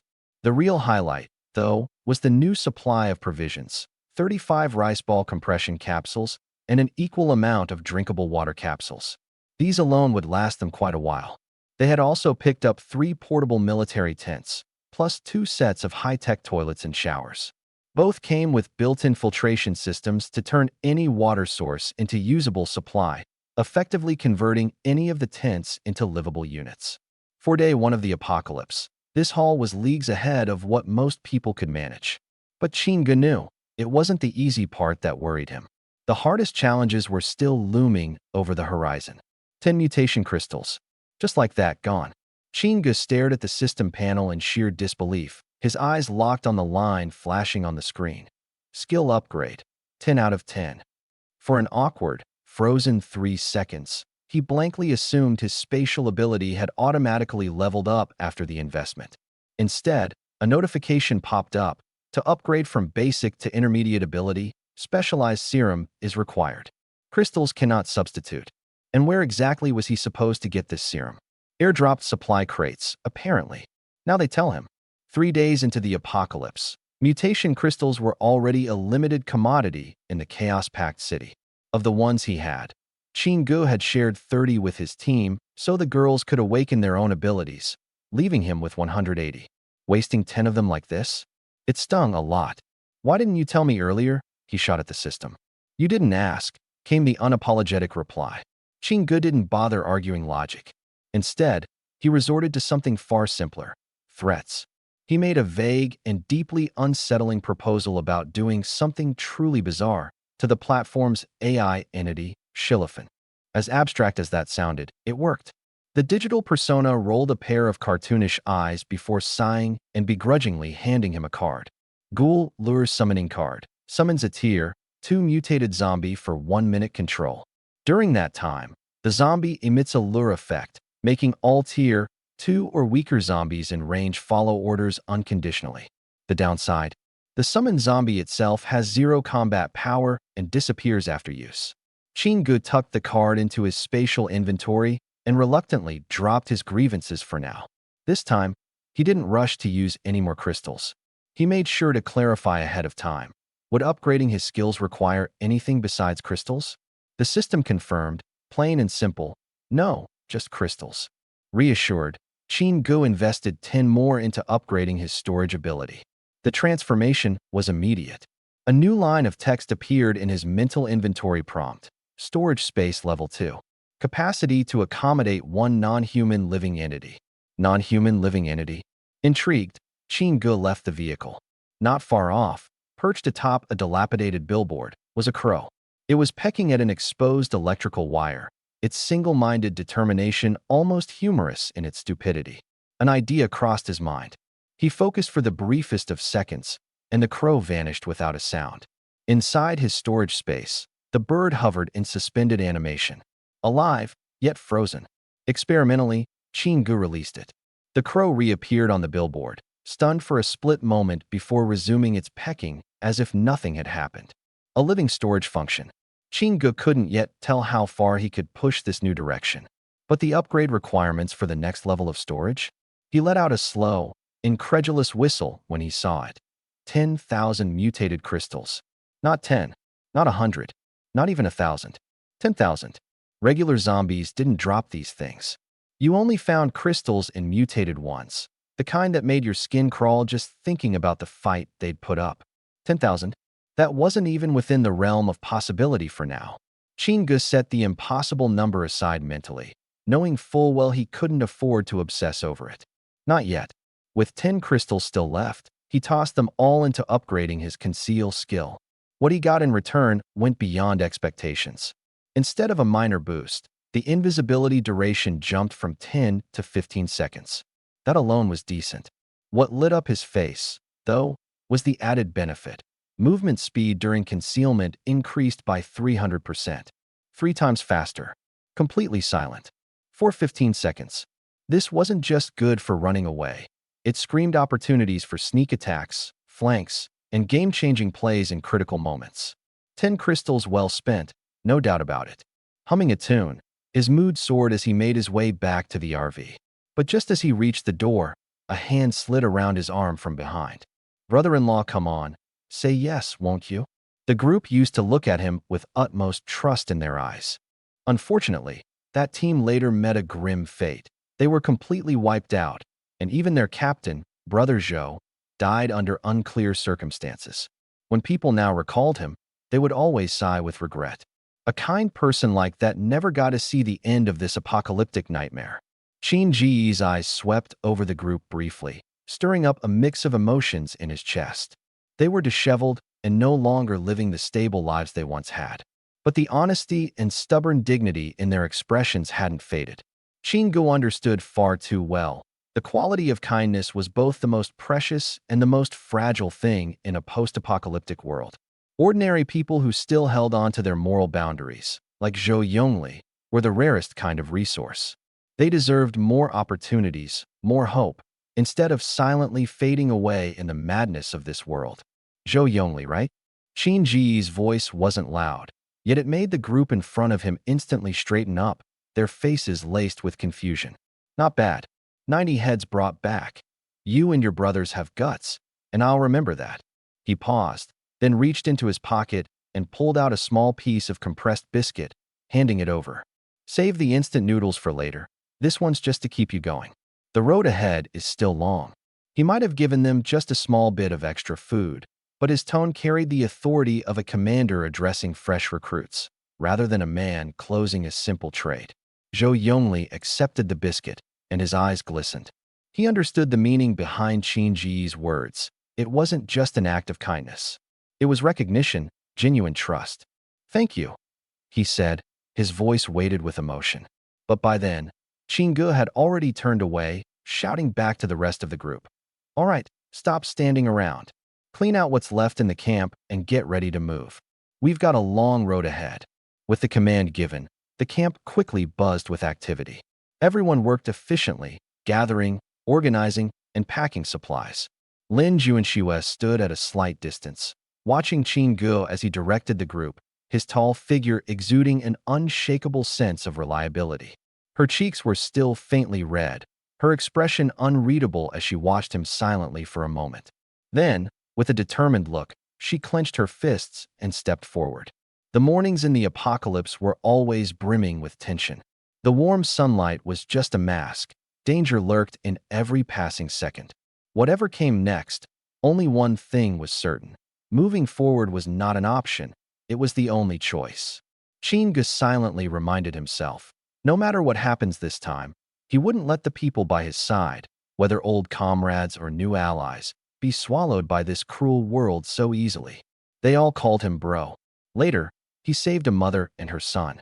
The woman was a widow, and it wasn't long before they became close. But during a scavenging trip for supplies, he was betrayed and killed by the mother and son. Every single piece of his supplies was taken. Chinga looked at Zhou Yongli, who was smiling sheepishly and thanking him, and for a fleeting second, superimposed his face onto that man from the story. He didn't say anything. In the apocalypse, holding on to your morals and refraining from hurting others proactively was already a rare kindness. But how others lived or died had nothing to do with Chingu. He had his own people to protect. His energy was best spent on things that mattered. After Zhou Yongli's group left, the girls dug through the pile of 90 heads, extracting mutation crystals, 43 of them. Over half. A solid win. Chingu packed the crystals into his spatial storage, clapped his hands, and led the group into a shopping mall. The place didn't have many zombies. The apocalypse had erupted around 11 p.m., and the mall had already closed by then. The only people inside were a few security guards and sales associates finishing up paperwork. Now, they were all turned into zombies, easy enough to deal with. Once the area was cleared, the atmosphere shifted. For the first time since the apocalypse began 3 days ago, the young women in the group relaxed. It was time for a super shopping spree, everything for free. Just 3 days ago, these women had been ordinary college students, the kind who would agonize for weeks over the price of a single lipstick. Now, standing before rows of luxury brand counters, their hands were trembling, not out of fear, but out of sheer excitement. The apocalypse had erased all price tags. The most unattainable luxuries had suddenly become the easiest to acquire. Lin Juanxue granted them permission to browse, but issued clear instructions. Groups of 3. No one was to wander off alone. A lone zombie could be hiding in a bathroom corner. If someone without supernatural abilities ran into trouble, their job wasn't to fight. It was to scream for help. Everyone was to regroup at the RV in 1 hour. Anyone late would have to reckon with her strict discipline. With laughter echoing through the mall, the girls dispersed. Chingu stood to the side, watching Lin Juanxue as she took in the sight of her team heading off. He noticed her shoulders subtly relax, a kind of release that only came after verifying that everyone was genuinely safe. Then she turned, slipped her arm through his, and just like that, they strolled through the mall as if it were a lazy, ordinary weekend afternoon. Chingu led her into a lingerie store, then into the shoe department, even boldly picking out items for her himself. Lin Juanxue didn't say a word, but the look in her eyes said more than enough. He pretended not to notice. Once they were done, he stored the items in his spatial inventory, and they kept moving. After all, his storage space had endless room. Hoarding was never a bad idea. Still, stockpiling wasn't the real priority here. In the apocalypse, moments like this, where they could simply walk together without constantly scanning for danger, without making split-second life or death decisions, were so rare that they felt worth savoring, even wasting. So they walked slowly. The world outside was in shambles, but this short stretch of time and space still felt like it belonged to another, gentler reality. What's the most valuable resource in the apocalypse? It's not weapons or food, it's water. You can hoard food, grow it, even scavenge it from zombie hordes. But water? That's an entirely different story. If the water purification systems fail, what would an entire city drink? The sludge-filled river water with floating zombie corpses? Chingu stared at a number in the system's marketplace for a long time. A full set of large-scale water purification equipment, starting from scratch, would cost 30,000 crystals. That amount of crystals was unthinkable at the moment. Even if it were manageable, every additional system down the line would mean another massive expense. That path was financially unsustainable. But the marketplace offered another option, upgrading the city's existing infrastructure for just 5,000 mutated crystals. All they needed to do was find the old water system and modify it. 5,000 crystals to solve the problem. The price difference was significant, 6 times less. Chingu made up his mind immediately. Their next destination was the city's largest municipal water company in the Western District. The apocalypse had already stripped the place of value. Those machines were now just abandoned scrap metal. The rule was simple: first come, first served. There was no time for hesitation. When the group left the mall, the girls still carried traces of satisfaction on their faces. The scavenging spree had allowed them to replace many of the things they lacked. But the journey ahead was long. The water company was 16 kilometers away, and they would be traveling on foot. Fighting zombies along the way would serve as combat training, while Chingu himself casually looted the smaller shops they passed by. 16 kilometers wasn't short, and whether or not there were people or zombies, or even intact equipment at the water company was a complete unknown.